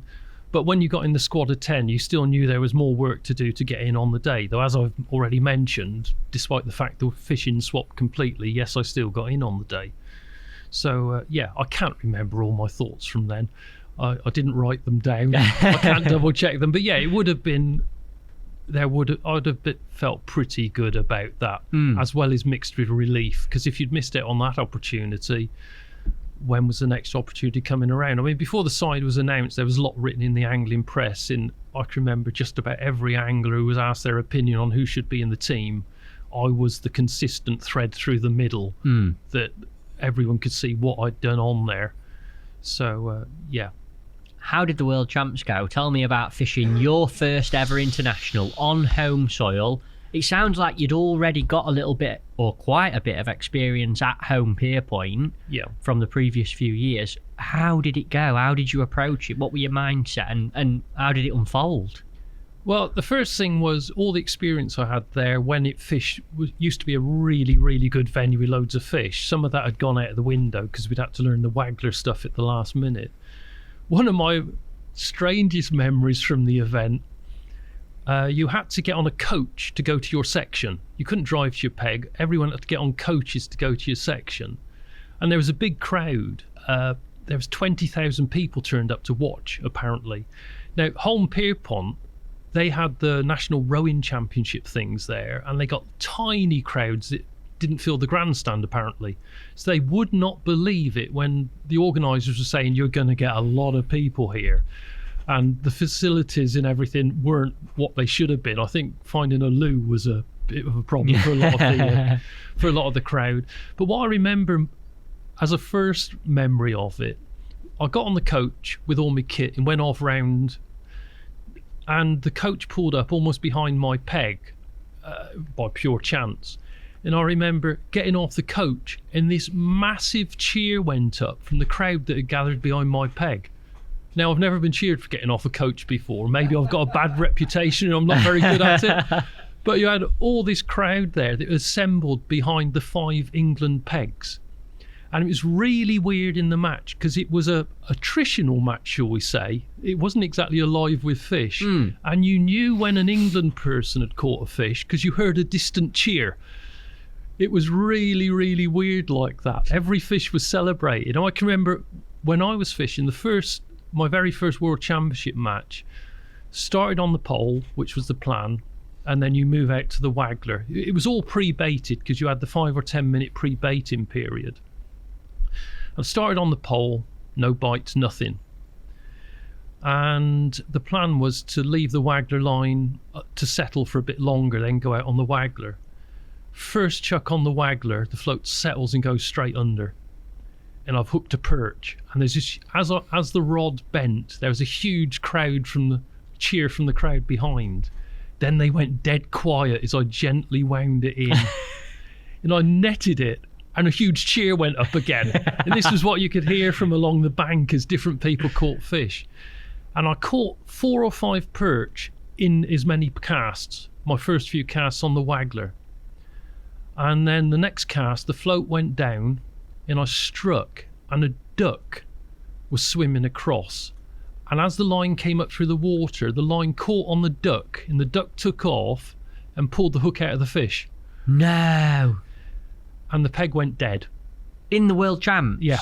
Oh, no. And I'd lost the fish right where I'd hooked it. And after that, it was difficult. I caught some more perch, but it was slower. But I finished 4th in my section of about 30. So that was okay. But it was difficult. We weren't winning after day 1. I think Sweden were winning, who were a real outside bet. But there was sections where there was great long lines of blanks. Mine was one of the okay sections, but some sections there was, I think, only 2 or 3 weighers. It was appalling. And I think we had a blank on the first day. I think it was Scotthorne. Yeah, Alan did. He blanked. And then we fished the second day, and I drew one of the appalling sections. And we weren't winning. We were 2nd, 3rd, 4th. We were up there within range, but we weren't winning. In the second day, same tactics. I started on the pole. After 15 minutes, the float's vanished, and I hooked a perch. And once again, with a clear water, I had a huge bed of weed stretching out many meters coming up to the surface. And I've played the perch, got it to the top, and then I've got to slide it over the top of all the weed to the net. And halfway across the weed, it gave a big kick and the hook pulled out. No. And that was the only bite I had all day. I blanked. Never. I blanked. And I sat on the peg afterwards and I couldn't tackle down. I just sat there because I thought I may have cost us the world champs. And I sat there until all the results were totted up and we'd won. There were so many blanks, even with a blank each day, we won. And on the first world champs, I had my gold medal. Wow. But yeah, that went from absolute devastation to ecstasy. Yeah. But I couldn't even take the kit apart. You just sat on your bar. Yeah, I just sat there, and you could hear the commentary going on, and then I got word through that yes, we had won. And that must have been massive relief. That would just about cover it. I could use stronger language, but I won't. But yeah, so that was the first one. What a moment though, Kim, after everything you've spoke about, you know, the build-up, the effort, the travelling, the practice, the prep, the experience on that venue, the trials, to do well on the first day, the moment that perch came off on the second day, and then that anticipation, all building up to that point where have we won or haven't we? Yeah. What a moment when I'm assuming you heard England have won. Yeah. That was brilliant. And then, yeah, it was all a blur after that. Great crowds of people getting the medals. Yeah, first ever world champs and a gold medal. First ever world champs, and I got a gold. I got another one a few years later, but that was the first. That was first attempt. Got a gold. Amazing. So, yeah. How did you? I've got to ask you at this point, when we're talking about intensity and massive matches, world stage. How did you handle pressure? Were you a nervous kind of person? Did you ever let pressure get to you in fishing? Did you ever feel it? You sort of feel it, but I was very, very good under pressure. I didn't panic. If anything, it heightened my senses in my thought. And I one of my big strengths was I had like 100% concentration through a match. Nothing would throw me. If I'd been fishing a match and lost a 10-pound carp at the net in a roach match, I'd have just redone the rig, made sure everything was all right, and carried on fishing. I've seen people who, if they lose a big fish, throw a wobbly and get up and go for a stomp about. But I was in a frame of mind all the time that no matter what the pressure was, I could focus and do what I had to do. It was one of my strengths. Nothing would throw me off of the line that I needed to be following whilst I was fishing. I fished with a lot of intensity, but I could think straight all the time. I mean, you get matches where people come up and want to start having a conversation with you halfway through, and I'd answer the basic questions, but some people thought I was being rude because I wouldn't enter into a big long conversation and give one-word answers. But you can't have a big conversation whilst trying to concentrate fully on what you're doing. You don't see it in football. Someone doesn't walk onto the pitch and just before someone's taking a penalty try and interview them. There's times when you've got to focus on what you're doing. Totally agree. I think that happens quite a lot. A lot of good anglers sometimes even nowadays get a name for, he's a miserable such and such, he doesn't really talk to you when he's fishing. And it's like, hang on a minute, he's sat there trying to compete at high level. You can't just expect people to turn around and have a chat. It's not a thing. Wouldn't happen in any other sport, exactly like you say. England career, first world champs, you've won it. What happened next? Did you keep the international fishing sort of as your North Star? Is that what you followed? Did you want to remain in that team? What progressed from then? Well, obviously, having got in the team, I wanted to stay in the team. It was very important to me, and by then I'd got a good sponsorship deal with Drennan, who were wonderful backers. When you say, sorry to interrupt, when you say sponsorship deal, were you getting paid to go fishing at this point, Kim? Well, yeah, we missed that bit. When I gave up my day job and concentrated on getting in the England team, at the end of that, somewhere around the end of that season, when I'd won the Kamasan and everything else, I started to get offers of sponsorship, as in cash sponsorship, from tackle companies. And one that came in speaking to me was Drennan. And I mean, they were a very big name company. And having spoken to them, I was very impressed and delighted that we came to an arrangement where they sponsored me and I would fish in their colours and do whatever else I needed to do for them. And so that was obviously very helpful on the income side of things, because back in those days, several of the other England internationals had sponsorship deal. Bob was with Browning. I'm struggling to think who was with who at the time apart from that. But Steve Gardner was with Milo Colombo's outfit from Italy. Yeah. But there was only a handful of properly sponsored anglers in the country, but I became one of them. So again, having taken the risk of giving up my day job, suddenly I had extra income to go with. I was doing lots of writing by then, which I got paid for, and various other bits and pieces. So there was money coming in. I wasn't making a fortune, not like the Times thought I was, but I was making a healthy living. So that had come in before I fished the first World Champs. I was sponsored by them before the home Pierpoint match. The exact date I first got sponsorship, I'd have to go back through the paperwork and look for the original contract. But yeah, so that had come in. Fantastic. And Drennan are still strong as ever now. Brilliant company, doing fantastic. So you were asking about where the England stuff went next. What happened next? Yeah, World Championships. Well, the next year, 1995, it was in Finland. The Saimaa Canal, I think it was called, which was a huge canal, bigger than the Gloucester Canal for like ocean-going ships, and it was somewhere near the Finnish-Russian border. I wouldn't want to put a pin in a map and find it now, but we flew out there, and it ran through big pine forests. I can always remember we were warned when we got there, don't go into the woods if you need a pee, because there's a lot of bears in there. And they weren't messing about. Well, I didn't go in to find out. But if you're told there's bears in the woods behind you, you stay on the banks of the canal. But yeah, that was the second one I fished. And being similar to a Gloucester Canal type place, then obviously that one was going to suit me. And we went out there, the squad, the week before, practiced every day. I was doing fine. The main species were rough from memory. Little Tommy rough. So the weights were comparably low. We caught roach. There was an odd skimmer there. There was a weird species, the name of which I can't remember. I never encountered them anywhere before. They were very like a big bleak. The scales came off in your hands like you do on a bleak, but they had a huge fin on their back and almost a spike at the front for a bill, like a mini swordfish. But they were only a few odd ounces. Never seen them anywhere else. Don't know what they were, but they were a real curiosity. Strange. If anyone knows who's listening, tell us what they are. Yeah, I'm sure I could look it up somewhere. Yeah. But there wasn't the internet in those days, so you didn't go home and Google it to find out what the hell you were catching. So we were fishing that, but one of the big turning points there, after the first few days practice, Dick picked the team quite early and made Dave Vincent reserve. And actually, it might have been with 1 day to go, but on the last day of practice, he told Dave, very sensibly, to go and spy on the French, because we were all aware that the French were catching the fish best, by far.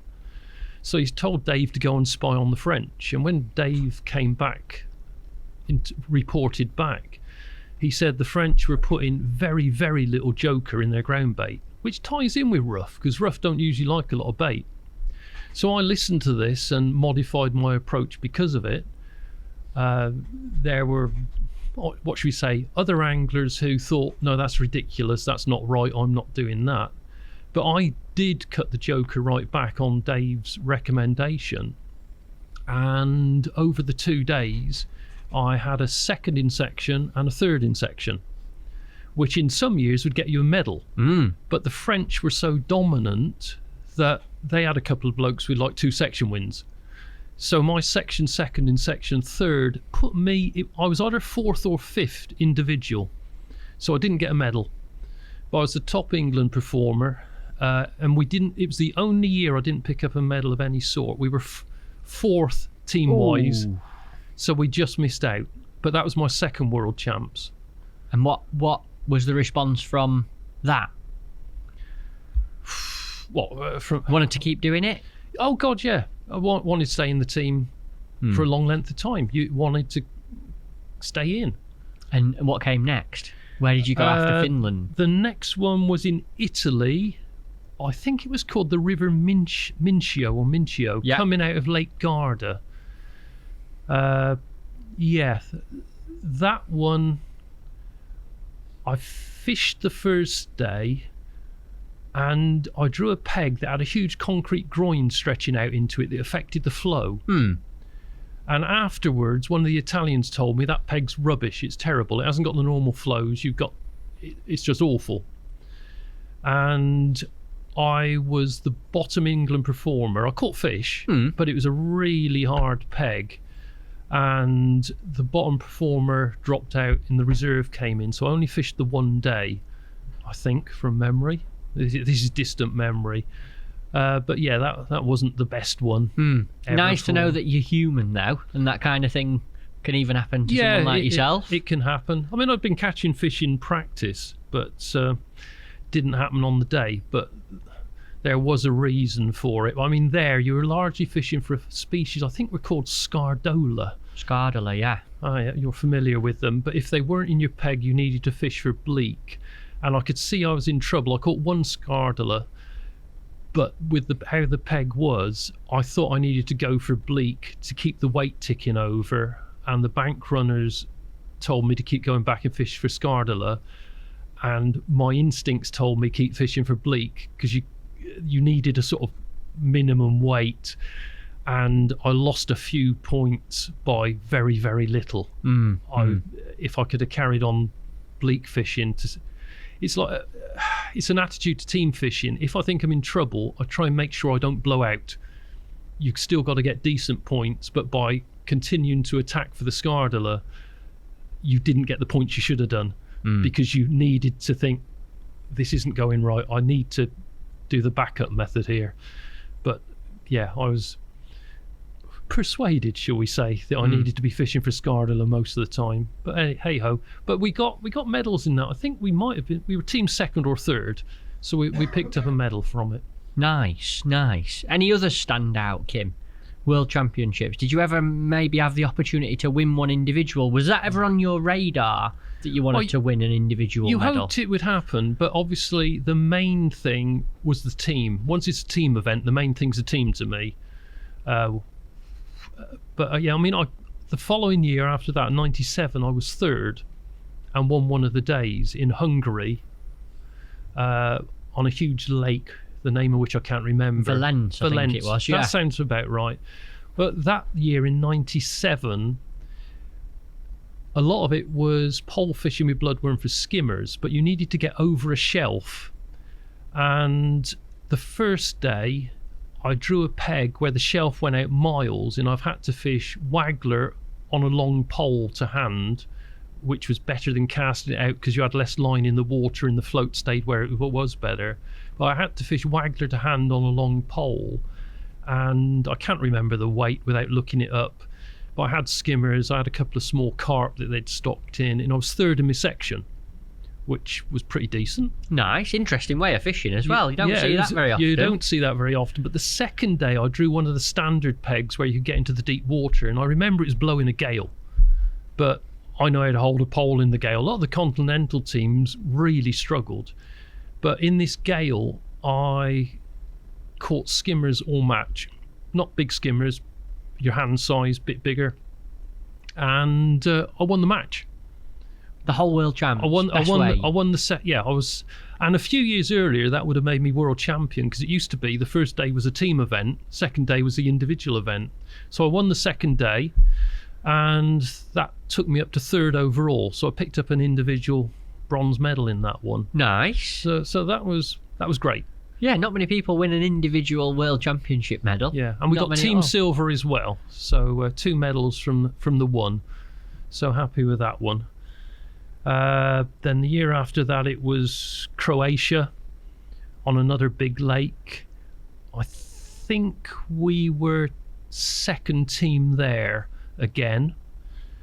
And then the year after that was Spain on a big, almost canalized river in what was almost desert, very hot place. It was fished early in the morning because it was too hot to be out later in the day. And that was fishing for carp on the pole. And that one I had cracked really well. Towards the end of the practice week, Dick Clegg got the rest of the team to come and sit behind me to see how I was catching so many fish. And what were you doing? What were the crack? Oh, it was you were fishing big flat floats, like 8 gram to 15 gram. The flow would suddenly change. I think it was probably used for irrigation maybe, but the flow would suddenly change, but it was flowing quick.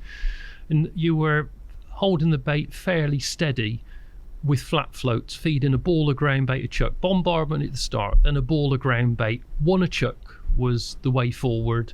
That worked perfectly. But yeah, I was catching a lot of fish. What were that, maggots and corn and things like that? That was on maggots on the hook. I think we had corn in the ground bait, but again, we're over 25 years ago, so it's difficult to remember precise details. But yeah, fishing on the pole for carp. And how did that World Champs go? Sounds like an exciting one to fish. Big fish, flowing river, carp. Yeah. That was problematic. I was doing really well. Very happy how I was catching both days. But one of the things I found hardest in the World Champs was you'd suddenly get instructions from bank runners to change tactics, and basically you had to listen. And both days, when I was really happy with progress and felt that I was on target to win the section, I was instructed to change tactics with how I was feeding, and it messed the peg up, or messed my catch rate up both days. And I honestly feel to this day I'd have been world champion if I'd been left to fish my way. I'm in touch with the peg, not the person who's walking the bank, who's seen someone doing something different half the section away. And that was a difficult one. I bet. That was difficult. Why? What? I mean, surely if you're feeling like you're going to win and you feel like you're doing well, you should be left to it in that situation. I think so, and I argued that way during the match when I was being told to change, but basically, yeah, I had to change. I was told it wasn't an option. I had to try something out. On one of the days, I was told to start feeding 2 balls every chuck, not 1. And it brought too many fish in the peg, and I had a whole string of foul hookers where there was too many fish there, and they were foul hooked, then come off, and it completely wrecked it. And I was only a couple of fish a day away from winning. Flipping heck. And how did the team do? We got medals, 2nd or 3rd. Right. I think it might have been 3rd. Most of my team medals, I've got 2 golds, 3 or 4 silvers, and a bronze. I can't remember which year was a bronze. I've actually got the medals in a frame at home, so I could go and look it up. Rightly so. Not in the front room, they're tucked away a bit, but proud of what I did, and they're up on the wall. Damn right. And what? And was that the last one you fished, or? No. I still fished the following year, which was back in Italy, on the Arno, and that was difficult because most of the team had fished the venue before. I hadn't, and one of the problems when I was fishing with England was that you were fishing for places. Now, I think on something like the Arno, 1 or 2 of the experienced people should have been told they were straight in the team, possibly, and encouraged to share information, because I found it very difficult to get good information out of people because everyone wanted to be in the team, and I was probably seen as a threat for a place. And so the fishing for places all the time, I don't think it's good for the team, because you get little cliques develop, and some people aren't so free with information as others. And I was on the back foot on the Arno. I'd rung up 1 or 2 people who'd fished it a lot before we went, and basically ran into a bit of a brick wall. And so I was on the back foot, and I ended up not fishing the first day. I fished the second day and did absolutely fine off a nightmare peg. I drew a peg which had been last in section the day before, and talking to one of the Belgians whose teammate had struggled there, apparently it had the outfall from the local swimming pool going into it, and they let out all the sort of chlorined water and stuff, so the fish avoided it. Got ya. But I actually came in with a good result, largely due to, with about an hour to go, I hooked a carp, which I had to play for God knows how long, but I got it out, and we weighed it separately at the weigh-in, and it was 16.5 pounds. Wow. And that was my last ever fish in the World Champs. pressure on playing that in a world champs. Dick Clegg was behind me, and I think he got through about 3 packets of fags. He couldn't watch. He had to go back in the crowd and hide behind the crowd. But yeah, that was, big time pressure on. Yeah, you should have heard the cheer when that went in the net, both from me and the crowd. I mean, it's an Italian crowd, but there was a huge cheer when I netted it, and I dropped the pole, and it was off a steep bank, and I remember having to pull it up carefully and grab the net and pull it up carefully because it's a big old fish. It only just fitted in the landing net, and when I brought it up into sight, there was this huge from the crowd behind me. But so I did fine in that one. Incredible.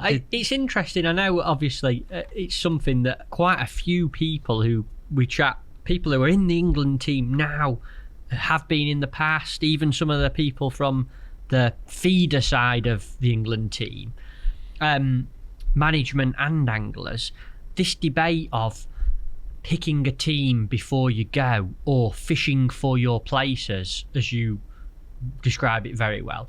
It's something that has pros, has cons, and, you know, a little bit of competition amongst people practicing is good. That drive, that sharpness, that will to want to catch more, but also the information sharing or not practicing properly. I mean, I've been in that environment myself, and I don't practice properly if I know I'm fishing for my place. I need to, like, personally, I want to get in.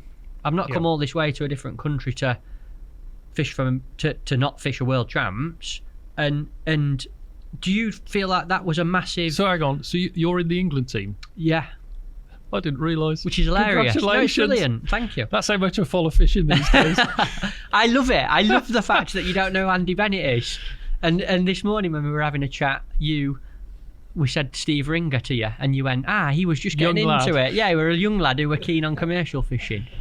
But this issue / mindset that we're talking about, Kim, is discussed on this show, and Toby will back us up, across all disciplines all the time.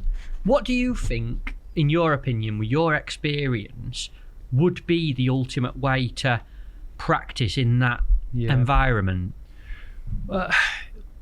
Well, I mean, first of all, I'll just add my thoughts to it. I mean, fishing against each other, it doesn't encourage information sharing. Cliques can develop who decide, right, if we starve that person of information, they might not get in if we get in.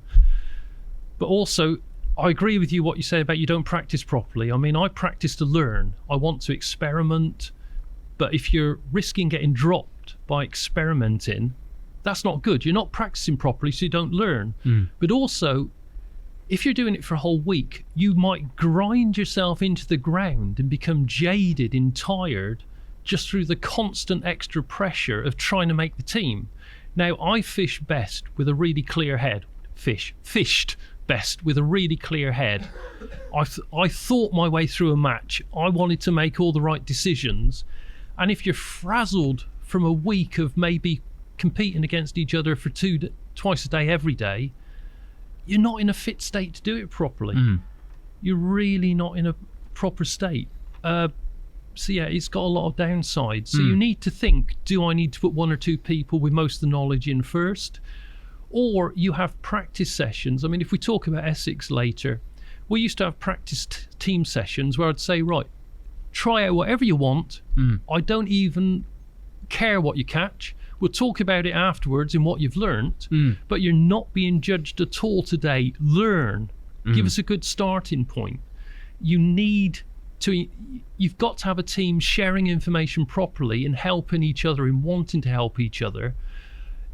And if you make them fish against each other day after day, it just doesn't happen. You've got to think about how you're doing it. And again, possibly with 1 or 2 of the Italian venues I fished that other people have been on before,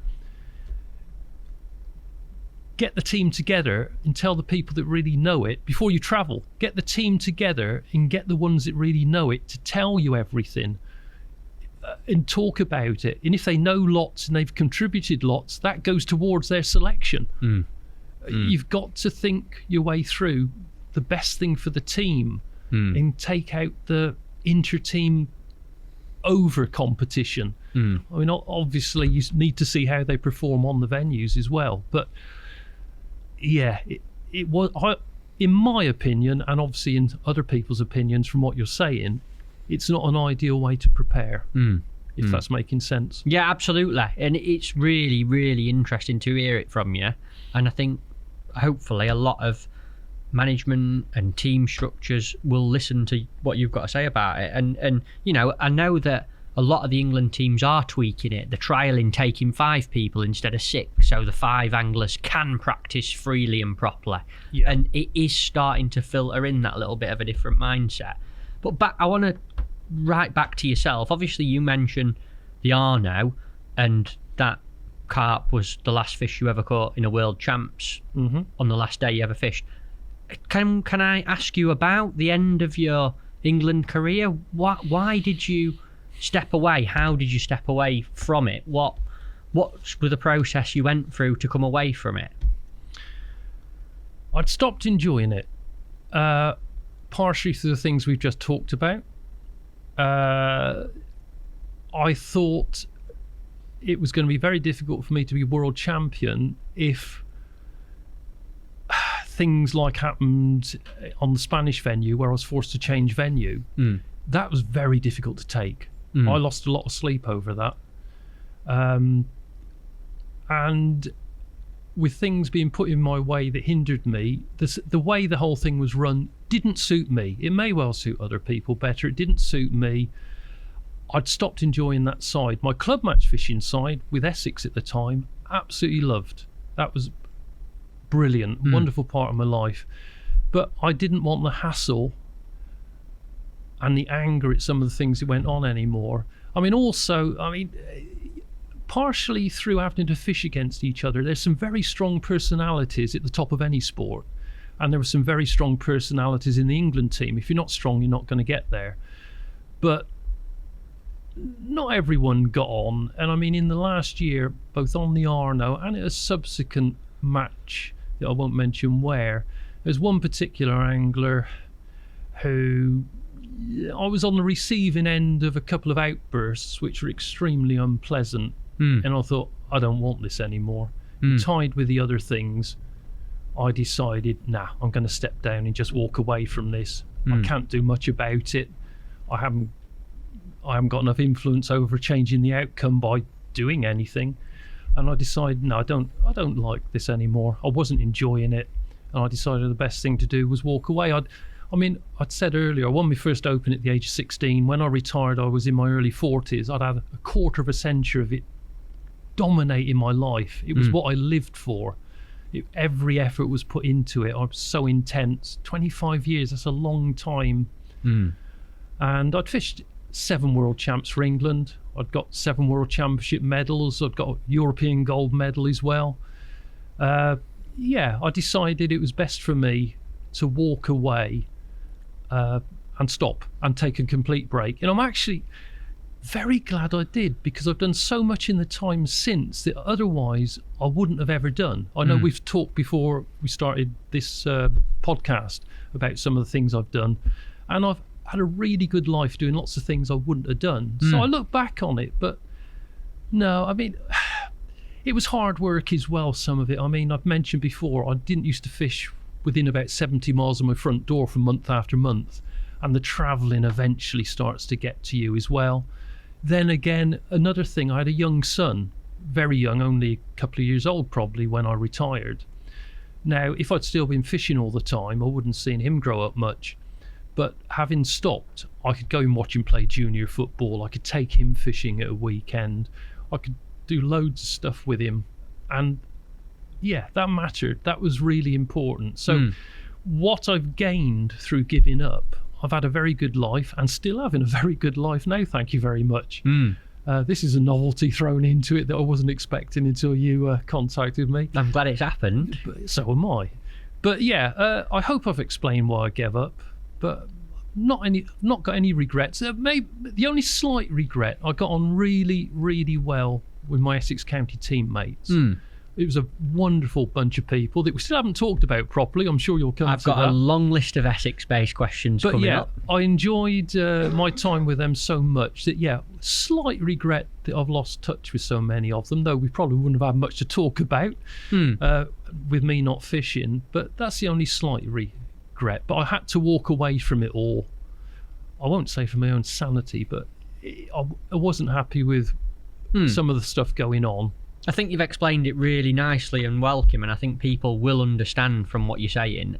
I think that the build-up and the previous, however long into this show we are, 2 hours of talking, and people realising your intensity and your mindset to get to this pinnacle and fish for England for 7 world champs in a row, and what you have worked so hard for so long and ploughed time, effort, energy into, for you to be at that point and that pinnacle and it not be a very nice place to be for you, or you not feel like it's working properly, I can really understand why you might go not doing it. I really, really can. And I think that a lot of other people, especially having listened to the show so far and how well you've explained the journey there, I think it's a decision that a lot of people understand. One thing I would like to ask you is, how did you say it? How did you step away from it? And what response did you get? Because there must be so many people, when you were as good as you were at that point, that had an incredible amount of respect for how good at fishing you were. What was the response from them to you? Did people come to you and go, Kim, what are you doing? Kim, I'm shocked. What happened in that sense? Because if I was someone who fished with you and I knew how good you were, I'd be getting hold of you and shaking you and saying, no, this is not happening. Like, yeah, I had people say to me, look, you can't give up. You're just too good. You can't give up. I remember when I announced I wasn't going to fish the next World Champs. I mean, after I didn't fish the World Champs, I fished with Essex for a bit longer before giving up completely. I completed, I think, the Super Leagues and then decided, no, I needed to step away completely. So I fished with Essex a bit longer. But yeah, when I announced I was giving up, at first I announced it, but they didn't seem to believe me, and I actually got selected in the England team for the next year and had to say, no, I'm serious, I'm not fishing. So you'd actually even though you said you're not? I got selected after I'd said I'd had enough. And the assistant manager rang me up. Not Dick Clegg, the assistant, Mark Addy, rang me up to ask why. And I told him about one or two of the incidents, which, let's just say, he was horrified by, but we won't go down that road any further. And, but the general reaction from other people was, why are you doing this? But I kept fairly tight-lipped about it. But yeah, people couldn't believe I was giving up. But it reached a point where with some of the stuff going on, it became hard work, not fun. Why? And I asked myself the question, why am I still putting myself through this? So I decided to walk away and start afresh. How were the first weeks, months, year after walking away from it, after being so intense into something for you? Got a lot more sleep. Did you genuinely find it okay? Yeah, it was a bit weird at first, and you still had people ringing you up. But no, it was fine. It was, after some of the stuff that happened, there was an element of relief there. Yeah. You know, I didn't have to get out of bed several times a week and drive to the other end of the country. And I had lots of other stuff that I wanted to do. So yeah, it was fine. Awesome. Thank you for sharing it with me. I know it's a hard little thing to talk about, but a lot of people will really appreciate you chatting about it on this show. They definitely will. Good. Essex County. I've got a separate block of notes about Essex. How did Essex County come about for you, Kim? Because you fished there first as an angler, and then you became captain manager of it all. What was the Essex County journey? Because it was quite magnificent in terms of what you achieved with that team. Yeah, well, it started, I was fishing with Shakespeare, and then I found myself in conversation with Peter Clapperton. I think it was an NFA National. And he was talking to me about wanting to build Essex County into a proper super team. And he was willing to sort of back it with money. And he was running Vandenine ground baits. So it was sort of linked with that. It would be Van den Eyne sponsoring the team. And he was speaking to me and a few other people because he wanted some star names to really give the team a boost. And I'd won stuff with Shakespeare, but Peter Clapperton sold the idea to me that he really was going to make this special. And I decided I would join. He also took Wayne Swinscoe from the Shakespeare team. And then to start with, he took two other people, two of the London anglers, two of the top London anglers, Peter Vasey and Derek Young. Mm-hmm. So the four of us joined, and it was in all the press, big headlines, which is what he wanted.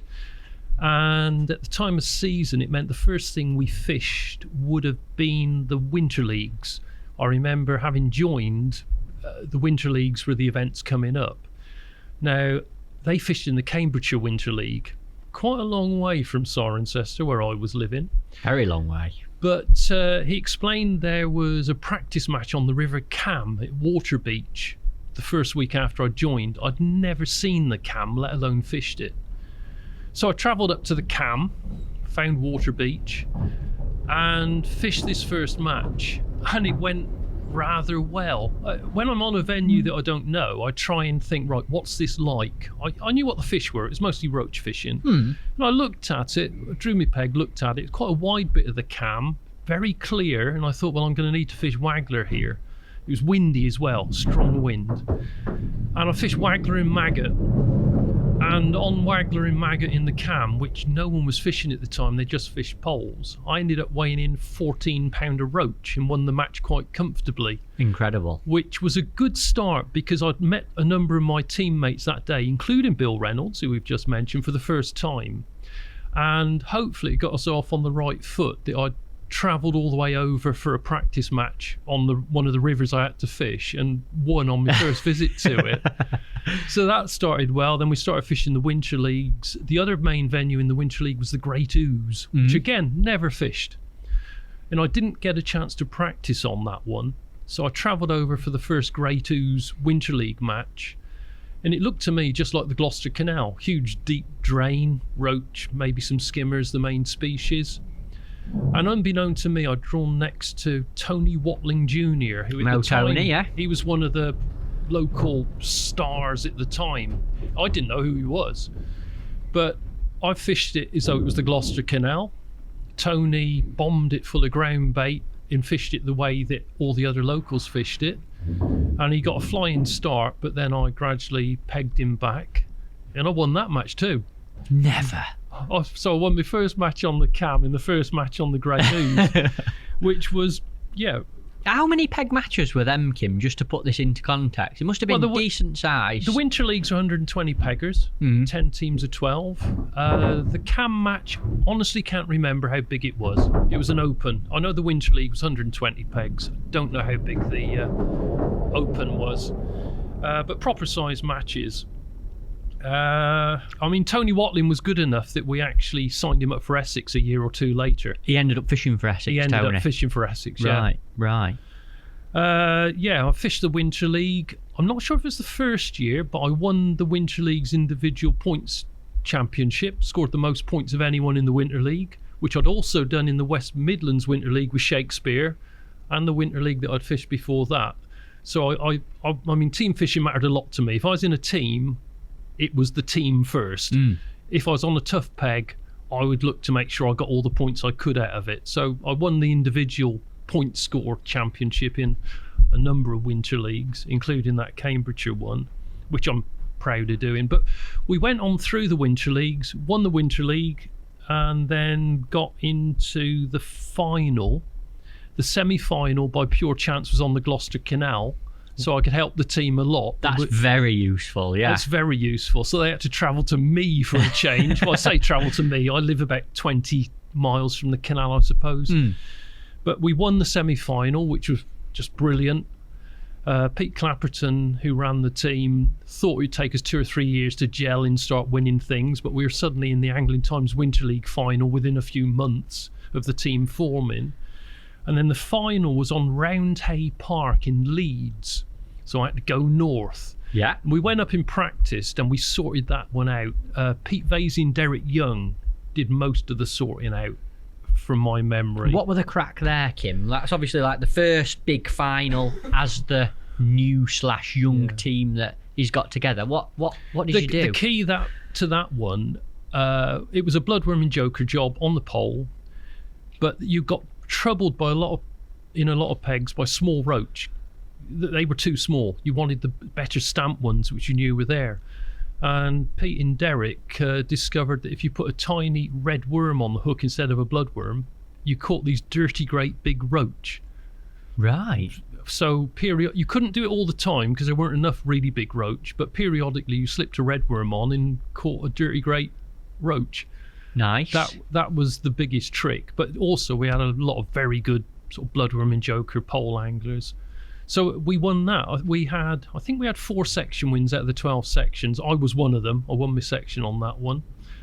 And then it sort of carried on from there. We won the Drennan Super League, the Southeast region, got through to the final of the Drennan Super League, which I'd won with Shakespeare once. Mm. The final was in Ireland, just 2 teams, 1 against 1. We were against, I think they were called St Helens Tubertini. Lovely group of blokes, a really friendly final, but we won that. It was 3 days fishing, 1 on the pole, 1 on the feeder, 1 on the running line float, and we mugged them on the first day in Ireland. It was on a big shallow lake, and we discovered in practice if you fish long lines with big wagglers, the fish wanted to be out further than normal pole range. So we discovered this and then kept it under wraps away from the St Helens team. Mm. And on the first day, we all fished long lines on long poles, and we absolutely annihilated it. And it was on points added up per day. And I think they narrowly beat us on the next 2 matches, but they never got the points back. Never. And so we won it, our first attempt, the Super League. So we'd won the Winter League and the Super League straight away. So flying, that's the Irish win, I think, there, isn't it? Yeah, in Ireland. that is, Drennan Super League. That's the team that won it, the team that went over. Look at that for a gang of lads. Incredible. Yeah. You're at the back. Yeah, I'm at the back. Tall one's at the back. Nuddy's on there. Yeah.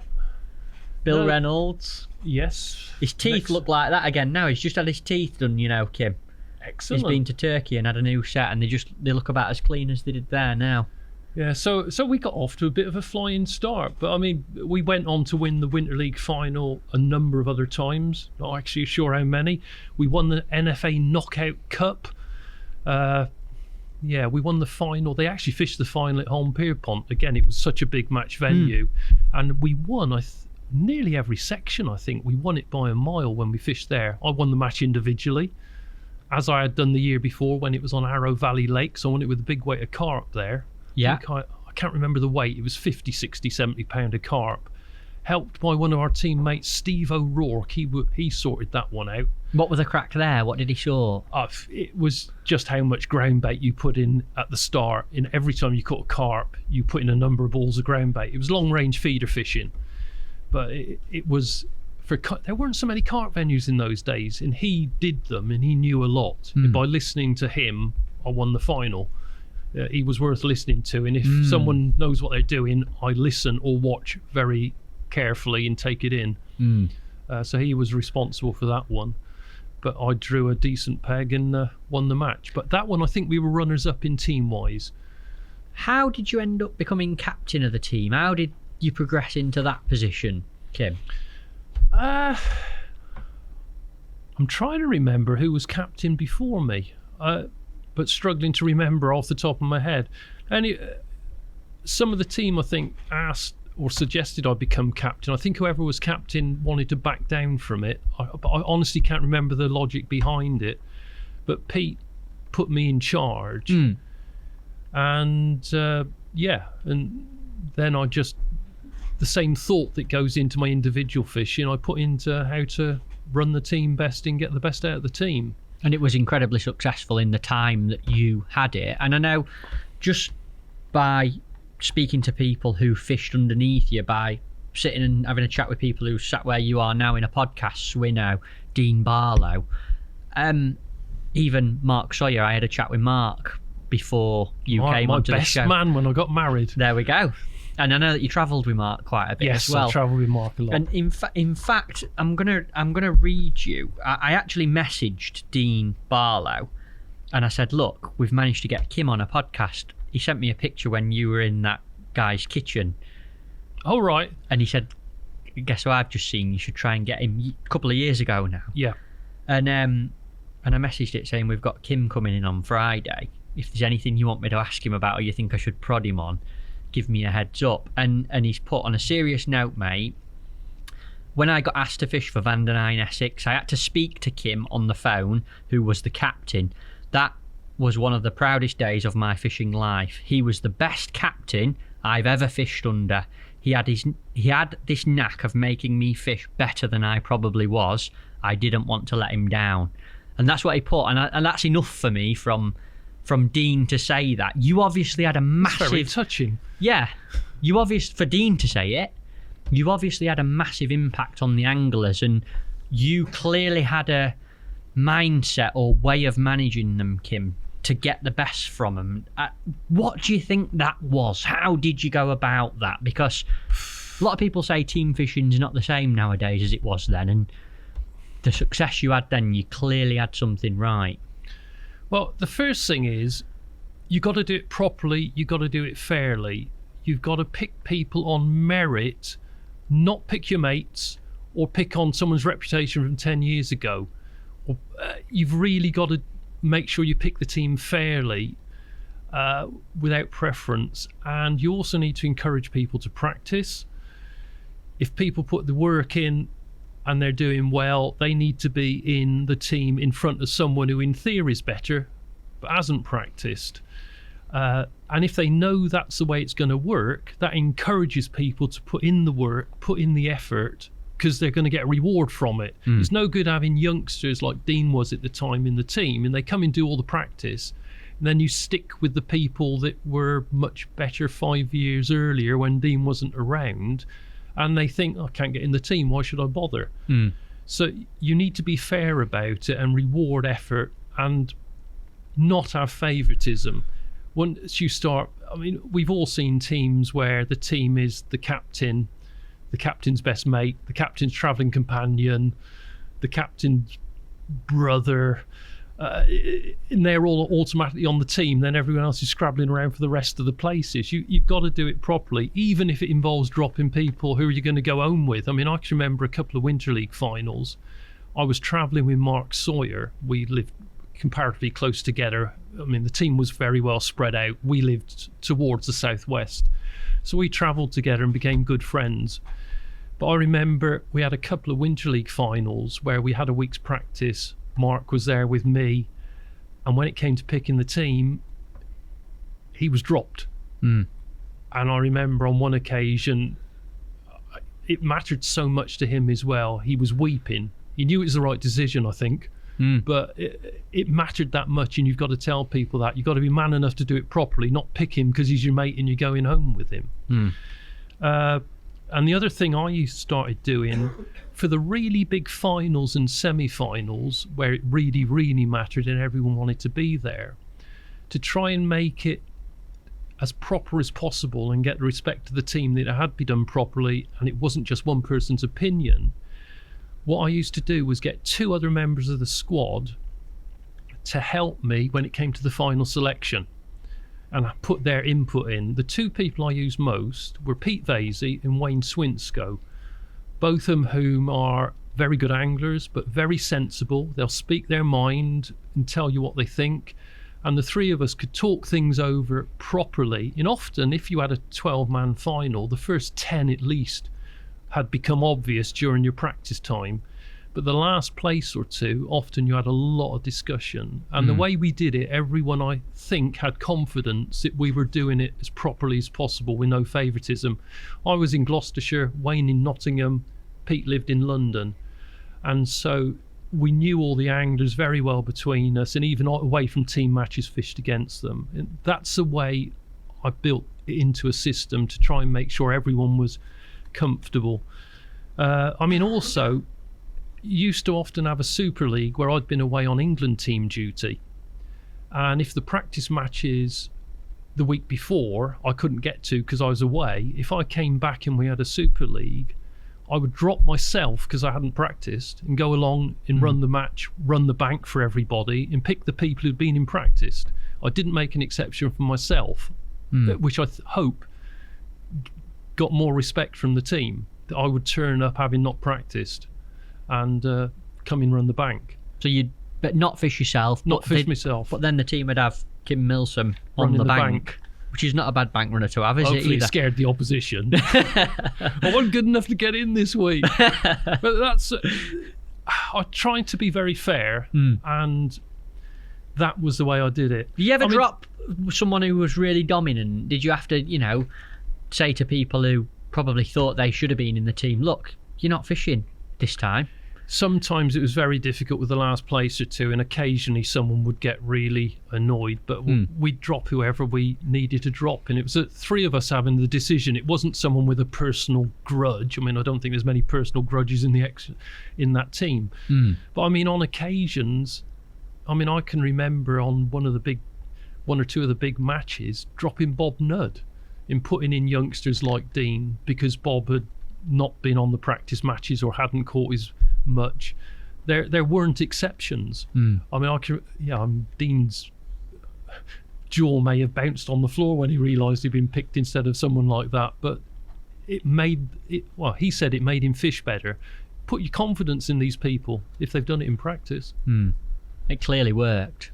What are your best memories of Essex County, Kim? What are your most vivid wins or greatest memories from fishing with that team? Because I've seen so many pictures of you lot holding bottles of champagne, trophies. Yeah. Well, it was wonderful because we all got on really well and there was great camaraderie there, and it was just a really nice set of blokes to fish with. Most of them were really nice people, not just really good anglers. So that was a nice aspect to it. I really enjoyed it and took a great pride in what we did. But yeah, it was good. And we fished loads of different places. I talked about we started in the Cambridgeshire Winter League. That eventually folded and we moved to the London Winter League. And so different anglers were on their home venues and we brought in one or two more London Canal specialists. But that was really weird. I'm from the countryside, living in the sticks, and you suddenly were faced with fishing these inner London Canal matches. And you drive up early on a Sunday morning and you could drive right into the heart of London. Some of them were on the Regent's Canal, right in the middle of London. That's crackers, isn't it? You couldn't fish there now. I don't know. There's all these emission zones in all this other stuff. But we used to fish there, and you drive in the morning, and it's horrible. I had a London A to Z with me in case of getting lost on the way out. And one thing I can remember, fishing on the Regent's Canal, you had all the nightclubs. From Saturday night, they'd kick out on a Sunday morning. And suddenly there's all these people going past you on the towpath because the pedestrians used to use them. And one of the clubs, it used to be filled up with goths. And you'd get all these goths wandering past you in long black coats, in makeup and God knows what. It was horrible. You had to be so careful feeding your pole back because you didn't know what was coming along. You had all the kids on the bikes carrying the drugs, commuting along the towpaths. I was feeding me pole back one day with a bream on the end, and suddenly there's a big thump on the pole, and I looked round because you had to sort of feed it round to the side, then along the towpath to let people pass. There was a bloke walking his Alsatian, and he was lifting his Alsatian over my pole butt, and he just dropped the Alsatian on the pole butt. So I've looked back and there's an Alsatian straddling the rear of my pole. It was horrible. But yeah, it was good. Did you get the bream? Oh yeah. Oh good. Yeah, I didn't miss out on that. One of the other things that happened on one of the matches, in the London Winter Leagues, we didn't have three of us picking the team. You had to get the team sorted for the first match. And then what I brought in, we actually won the league quite easily, so you didn't have to have the best team, but you wanted to rotate it. I brought in the bottom two scorers would be dropped. Ah, okay. And they'd go out and the reserves would come in for the next match. But we had one year there, And some of the London Canal anglers really wanted to fish all the winter leagues. And we were practicing the week before the first winter league. So I've got to pick the team for the first week. And one of the team, a lad called Andy Mead. Is he still fishing? Yeah. Andy Mead really loved the London canals. He was brilliant on them, hated the idea of missing a big match on the London canals. And Dickie Carr came up to me, who fished for one of the other teams. He used to fish for England when he was younger. I don't know if he's still alive. Still about, Dickie, yeah. Dickie Carr came up to me after we'd fished this match, all milling around waiting for the results. And he said, Mead is getting really worried. He's desperate to fish next week. And he thinks you might drop him. He's so worried. Can we wind him up? So I had to think about it, and I said, I'll tell you what we'll do. We'll have a little draw for who fishes the first match, but we'll frame it. And what we did, we wrote everyone's name on a piece of paper and crunched it up and put it in a hat. And then we wrote Andy's down, but left it only folded once, so you could tell which one it was. And we called everyone together, and they were mostly in on what was about to happen. And Dickie said, I'm neutral. I'll do the drawing for you. And Andy's saying, you can't pick a team like that. This isn't fair. I want to fish next week. You can't pick a team like this. And he was getting really agitated. And Dickie's hand's gone in the hat, and he's pulled out the first one and given it to me, and I've opened it up and I said, Mark Pollard. And Polly played along. He's like, yes, I'm in the team. Oh, thank God for that. I'd hate to miss next week. Yes, I'm in the team. You horrible men. And the next one came out. By the time the third name came out, Dickie went to pass it to me, and Andy's grabbed it from him and ripped it open. And that's not him either. So Dickie's gradually gone through it, and Andy's becoming more and more frantic. In the last name to fish comes out of the hat, and it's not Andy either. And he almost went into it. He was beside himself. And he was, I'm not having this. I've got to fish next week. I'm not having it. This is horrible. You can't do this to me. And everyone else ends up, all start sniggering and laughing. They tried to keep straight faces, but they eventually cracked and everyone started laughing. And you could see the penny finally starting to drop. There was something strange going on. And then we put him in on the joke. He called us a bunch of bastards, I think. I picked the team for the following week, and Andy was in it, so he was happy. Fair play. Absolutely fantastic. Love that. I hope he's listening. I'm sure he will be. A lot of people will tell him about it. He'll remember that one. Yeah. So will the rest of the team. Awesome. Who were there. Absolutely awesome. When it come to Essex County, Kim, and obviously like when you stepped away from match fishing, yeah, were you still captain of the team at that point? I was. How did you feel about stepping away from that? Because what you're telling me about Essex is a very different feeling to what we spoke about in terms of the England team. And it must have been a difficult thing to do, to step away from what you had at Essex. Yeah, it was. After I decided to stop fishing with the England team, I did fish some more matches with Essex, carried on fishing for a while before it came. I think I fished the Super, from memory, distant memory, I think I fished out the Super Leagues and then stopped before the Winter Leagues. But I decided I needed to just step away from fishing completely because of, I needed to just take a completely clean break from it. Tinged with a bit of sadness at not fishing with the Essex team, as I've mentioned before, but it needed to be a proper break. So that's what I did. That's what I did. What was the last fishing match that you ever fished, Kim? That's a curious one. When I was fishing those last few matches with Essex, we had a national on the Grand Union Canal, and I fished that with a guy from Cirencester, a very young guy at the time, called Matt Greaves. Now, we went to the match and fished the MC pairs as a pair because there was an odd number of Essex people, and he lived close to me. He fished a few opens. He used to come along on the finals and run the bank for us and do stuff like that. But I fished it with Matt Greaves, and I told him exactly how to fish the Grand Union. And this was, embassy pairs matches were huge. It might have been 250 pairs, something like that, big matches. And so we were using it as practice for a national, which I still fished that year. And Matt and myself won it. The top 5 pairs, I think it was, top five pairs went through to the final, which was to be held somewhere abroad. This one was to be held in Spain, and we won it. So I then gave up fishing, but the final was the following close season. So some 6 months after I'd given up fishing and hadn't been fishing at all, we were on this final, and Matt had never been on anything to take part, anything near this. There's no way I could say, oh no, we won't bother, I've given up. So we went on the final, and we found out about it.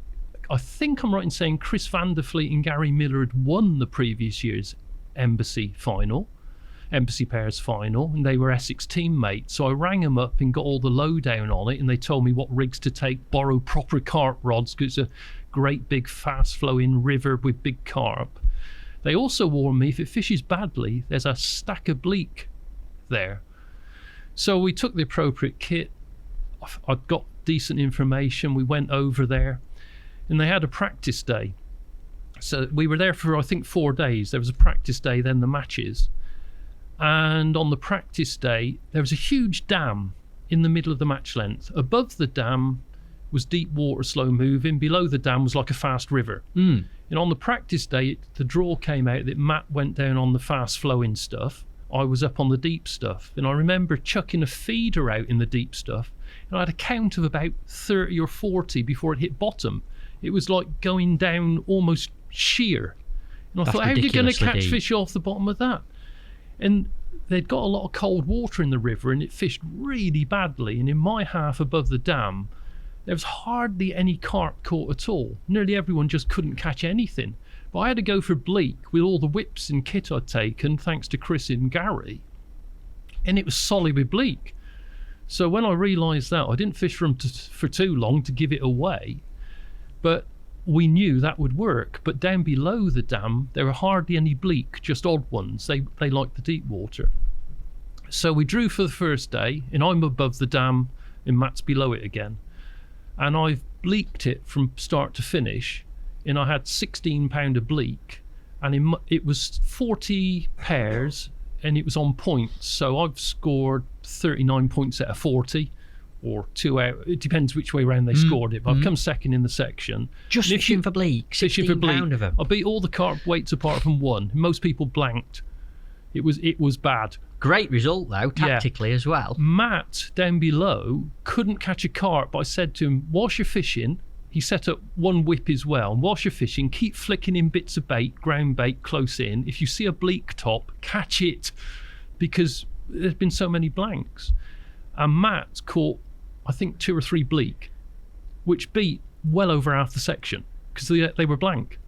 Nice. Well over half the section. And after day 1, we were in 5th place. Day 2, you had to swap what half of the match you were in.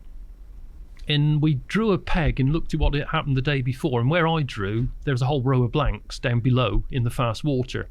And Matt said, oh, we're in trouble. You're not going to catch there. And I said, look, you worry about your peg, I'll worry about mine. Just assume I'm going to catch. You just get the blinkers on and fish for bleak. You've got to catch enough bleak to beat a single carp. And the carp were only like 3 pounds, some of them up there that were caught. So Matt's gone off and fished for bleak with my kit. I gave him all the bleak whips I'd taken over and all the rigs. Told him how to feed it. One of the key things with the bleak there was you fed 3 metres to hand range and had longer whips set up. But as the bleak moved out, you kept feeding 3 metres to hand and fished 4 to hand or 5 to hand past it. If you fed on out, they'd back off further. And Matt came, I think, 2nd or 3rd in his half of the match with, I think he had 7 or 8 pound of bleak. Down in the hard stuff below, I was blank for most of the match. And Matt had heard I was blank. But then with about an hour and a half to go, on my carp rod in a giant homemade feeder, I used feeders which we made out of rod tubes that had extra capacity to get enough feed out for the carp. Flipping heck. And you could cast them on the carp rods that we borrowed. Great big huge things. Wow. Fishing sweet corn on a massive hook. And inside the last 2 hours, I finally got a bite and caught a carp of 2 or 3 pounds. Yes. Then in the last hour, I had 2 more bites and hooked 2 more carp, which were both £10 plus. Wow, big uns. And in that fast flow, it was hard. It was full of weed. I had a hole in the middle of the river you could see in the weed, and I hooked him in that. And I was fishing 10-pound hook lengths. Wow. Proper line, not pre-stretched, to make sure you didn't get broke on this carp rod. And I got them in, and I came second in my half of the match again, and it pushed us up to second place. The pair that beat us, one of them had caught a sun perch in the last 5 minutes to avoid the blank. No. And beat us by a point or two.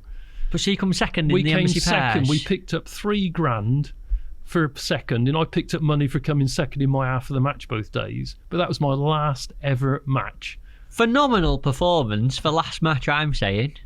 A day bleaking. I'm never gonna fish another one, because that's a great one to say. That was my last match ever. Such a cool story. Such a cool story. A day bleaking. A day catching some massive carp on a carp rod. On someone else's rod. Crackers. Incredible.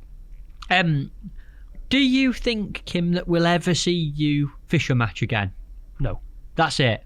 No. I might go fishing, but I will not fish another match. I'm quite happy to have quit at the top, and particularly with the last match I've just described to you, as a memory, as a last match. If I fish another match, it doesn't go so well.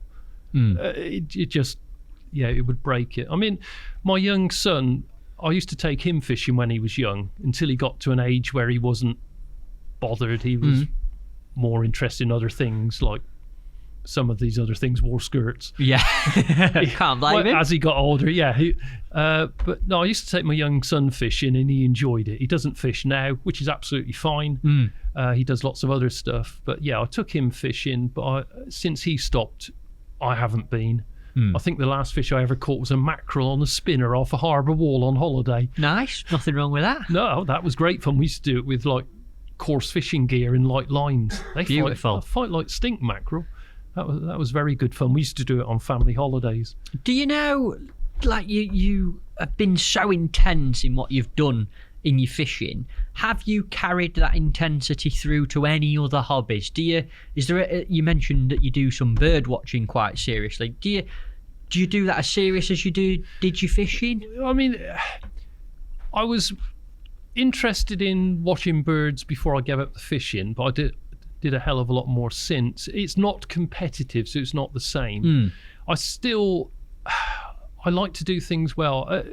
If you watch birds, to learn how to identify the hundreds of species we get in this country, not just by sight, but by song and their calls, that is very difficult. And that was a challenge to really learn. I mean, it reached a point, though, where I do, these days, and for quite a few years now, I do loads of bird survey work. I still work part-time. I work I work in wildlife conservation. And you do lots of bird surveys to establish whether populations of birds are going up or down. And it's highly skilled, because you've got to know virtually every call, every song, and be able to ID glimpses of birds and record everything you've seen, then work out over a series of surveys where they're breeding and how many. I do stuff like that, and it's highly skilled. Complex, very highly complex. skilled. And it's through being recognised locally for doing stuff like that I probably got on the telly a time or two as the go-to person to do it in my area.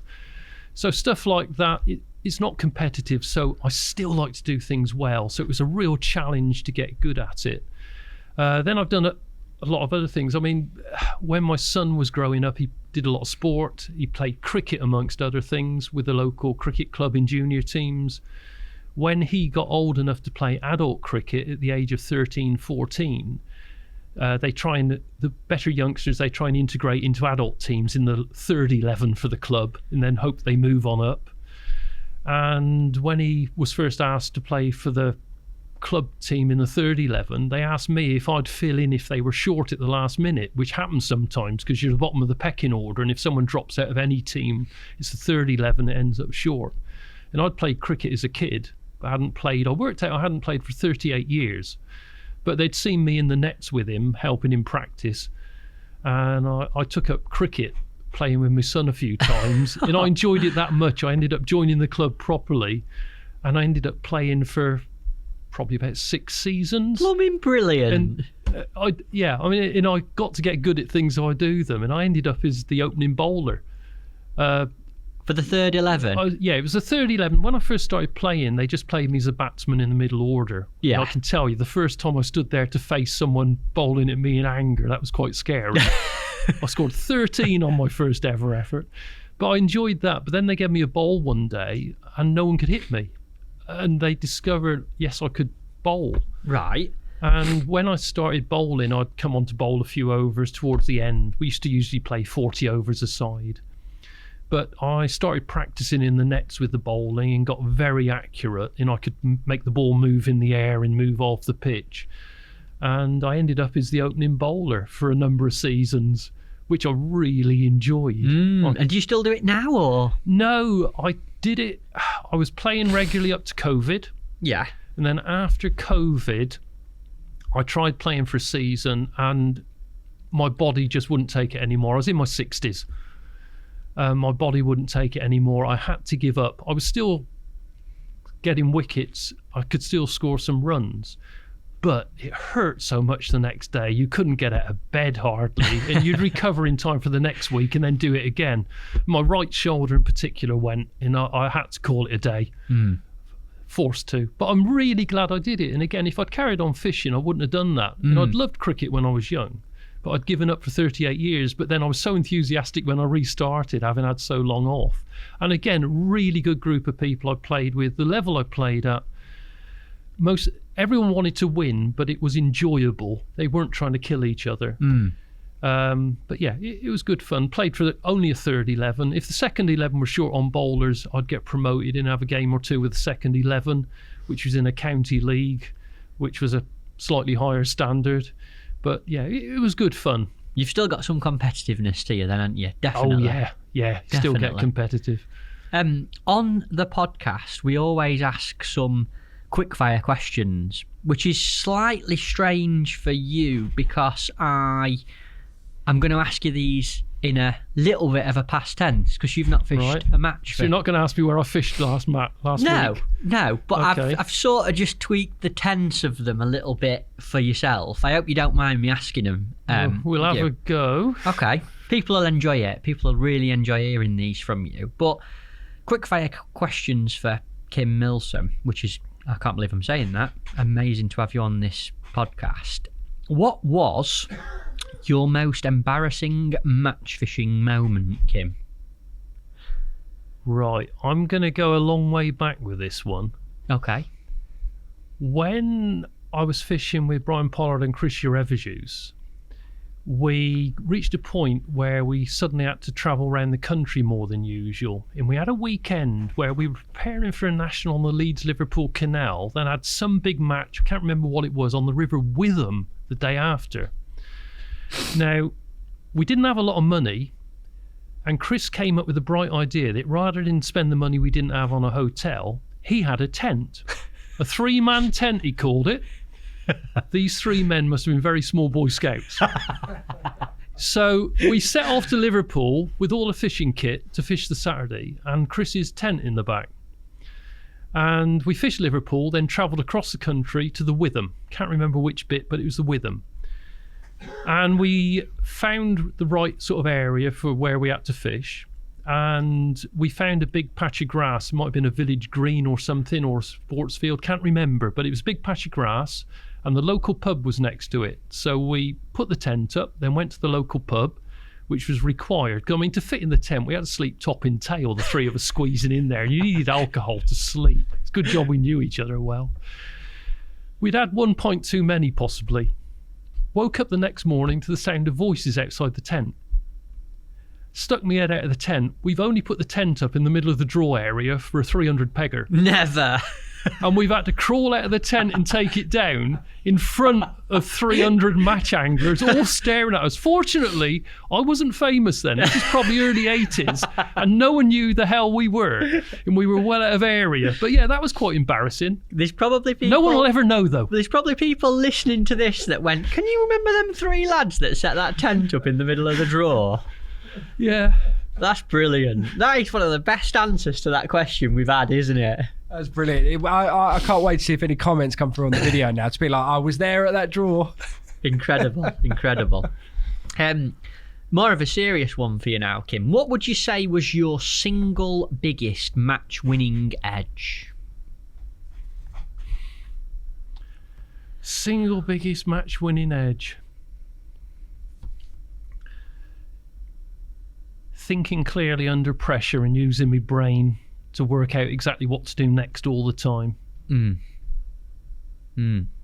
Just speaking to you for the last few hours, definitely that comes through as something that you did, and made the most of. Almost a focus. Oh, I was very focused. Very focused. Interesting. I like it. And maybe some people struggle with that. But yeah, great answer. Like it. Who do you rate, Kim, as the best angler that you have ever fished with, dead or alive? Bloody, that's a tricky one. I tell you what, because they were... I'm actually going to give this as a joint award. They were brilliant anglers and helped me so much with Essex, as well as winning so much. I'm going to give that jointly to Wayne Swinsko and Pete Vasey, the two people who I used to rely on so much as backup when I was captain of Essex, because they were brilliant anglers. And I think that they probably deserve even more recognition than they've probably ever had. I don't know how much they've done since I gave up. But if I'm allowed to give a joint one rather than pick one person, I reckon they were brilliant anglers, but as people too. Am I allowed to do that? We normally say only one, but we're not going to have Kim Milsom sat in front of us on the podcast very often. I think we can allow an exception for that. Thank you very much. Pete Vasey and Wayne Swinsko. I hope they're both listening. I'm pretty sure that they will be. And I'm sure they really appreciate that coming from you. Magical. What was the worst thing about match fishing, Kim? And how would you have fixed it if you could?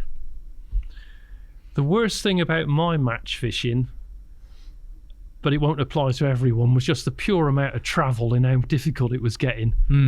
The amount of miles I covered in a year through clogged up roads, which must be 10 times worse now. That was the worst aspect of the match fishing that I was doing. If that's allowed, that's heavily to do with the match fishing rather than an actual part about it. I dare say that the how would you have fixed that is probably changed what match fishing is nowadays, though. Is there still all the travel going on to the big matches? There are a lot more matches, a lot more spread out. So it was fragmenting when I was there with all the commercials springing up. That is happening on a mass scale now, Kim. Yeah. Mass scale. There's probably... So matches are getting smaller and smaller? Yes.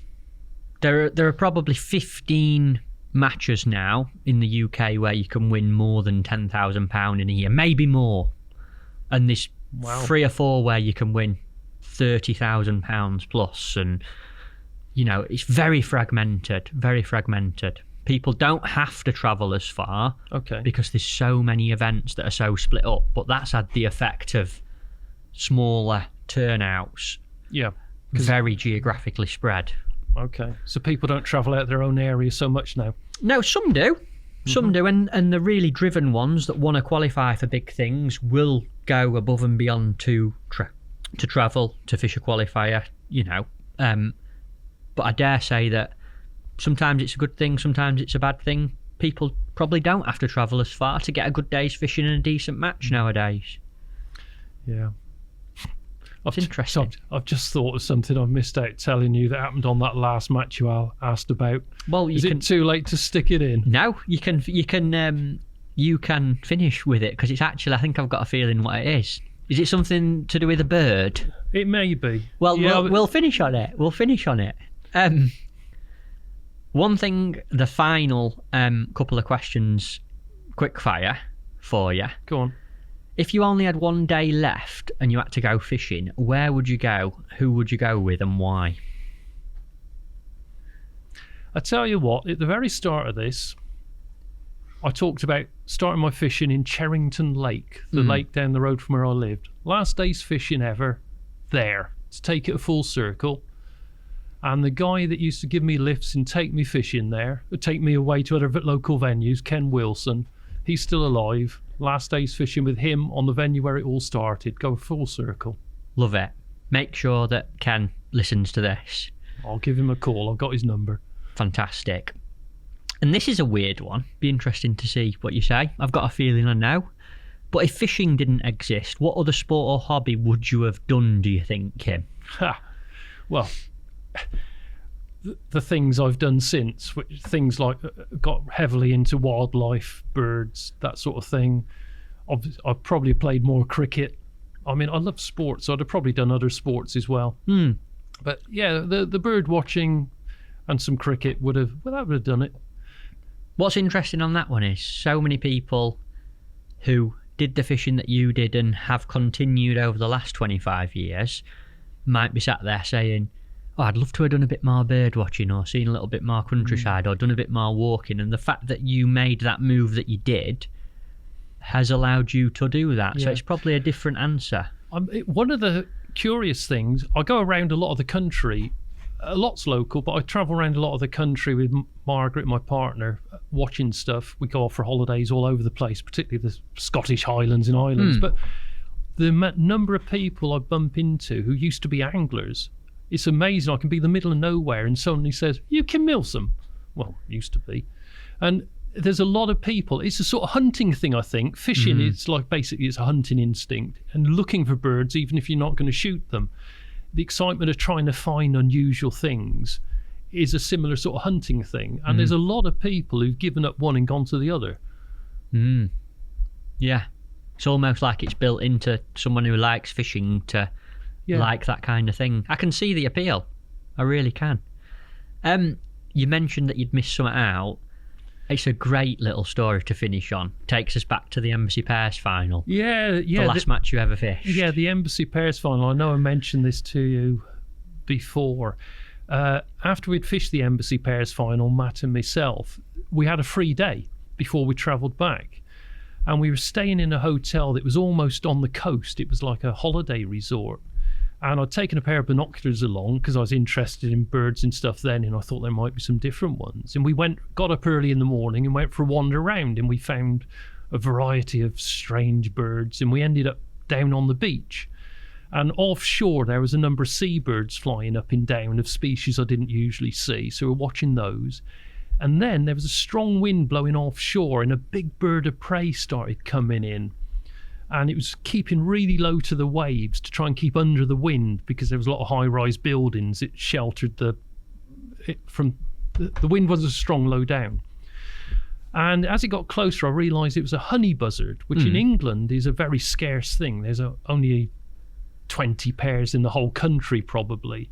So it was a bird I'd rarely seen, if ever, at that time. And then another one came in, and then another one. So we went and sat at the back of the beach under some trees and started watching all the seabirds and the honey buzzards, and it was really good. But then as the day warmed up, suddenly people started coming down to the beach, and young ladies started coming down to the beach in front of us and putting towels down and started sunbathing, topless. And there we were, sat at the back of the beach, looking in their general direction through a pair of binoculars. We decided it was probably wise that, as I didn't know the Spanish for "it's okay, officer, we're only looking at a really nice pair of honey buzzards," it was probably best that we retreated, which we did. I love it. Absolutely love it. But yeah, that came after my last match ever. From now on, Tobes, boobies on the Fishing Gurus podcast are referred to as honey buzzards. Yeah, brilliant. Thanks to Kim Milsom. Kim, in podcast tradition, we normally end the show asking the guests to bring in a gift to leave with the podcast. You've seen the lovely glass cabinet with some items in from previous guests. Have you brought a gift that you can leave with us that you're happy for us to keep on your departure? No. Oh, never mind. We'll see you later then. Yes, I have. Fantastic. I just wanted to see what your face went like. I have brought one, excuse me. I haven't seen this, and I'm very much looking forward to seeing what it is. What we've got here is a sweatshirt. Oh. Now, when I first started fishing with Essex, which coincided with winning Camerson Matchman of the Year, the really strong spell of trying to get into the England team, I was in Essex County Vandenine colours. That only lasted for a year or so because I then got a big sponsorship deal with Drennan and I fished in Drennan colours. Now, in the bottom of a drawer at home, I have found a Vandenine sweatshirt. Now, for me to have this, it was one I wore through that period where I won the Camerson Matchman of the Year and everything else in sight whilst trying to get in the England team. So we've got a Vandenine. It's been worn. It's looking a bit dog-eared, but we've got a Vandenine sweatshirt for you from the period. That'll be from the period when I was really pushing, when I gave up work. That period that we talked about. That's from the glory days. Yeah, incredible. Thank you. And you're happy? You're going to leave that with us? Yeah, because I found two, so I've kept the other one. Like it. This has had some skimmer slime on, some roach slime it's on. probably not been washed. Look at that. No, I joked about the not being washed. Brilliant. Kim, that's absolutely awesome. Thank you. I hope it's a suitable gift. Brilliant. It's a perfect gift. Wow. That's a brilliant gift. And a lot of people, even I recognise it from the magazine days, features, results. Absolutely phenomenal. Thank you very, very much. And before you leave, a little bit of a weird request. As a young angler, like I said at the start of the show, I used Surely you're still a young angler. Well, I'm talking 7, 8, 9, 10 years old, used to follow yourself, and I can't say thank you enough for coming in. It means an awful lot. I very much appreciate being able to... It's been a great pleasure. Have you enjoyed it? Oh, very much so. I have so it's much a bit appreciation. Weird. It's very weird, but I've enjoyed it a lot. Well, to be talking about fishing this much after so many years. It's an honour to be able to sit and do it with you. I mean that. I used to watch this film loads as a kid, Grand Western Tench. Can I finish the podcast by getting Kim Milsom to sign my VHS video that I got my mum to dig out? Kim, let me shake your hand. Thank you for an amazing show. Thank you. Just to let everyone know, Kim's not on social media, so I think he'll massively appreciate some comments from everyone about how they felt about him coming on the show and sharing some of the stories that he has today. So make sure you give him a bit of credit, tell us what you think about the show, and if you want to drop a little message to Kim in the comments below, do so. And I'm going to get this video. Some of the listeners won't be even old enough to remember what a video is, I'm assuming. Probably. Signed by Kim Milsom. Kim, thank you. My pleasure. Thank you.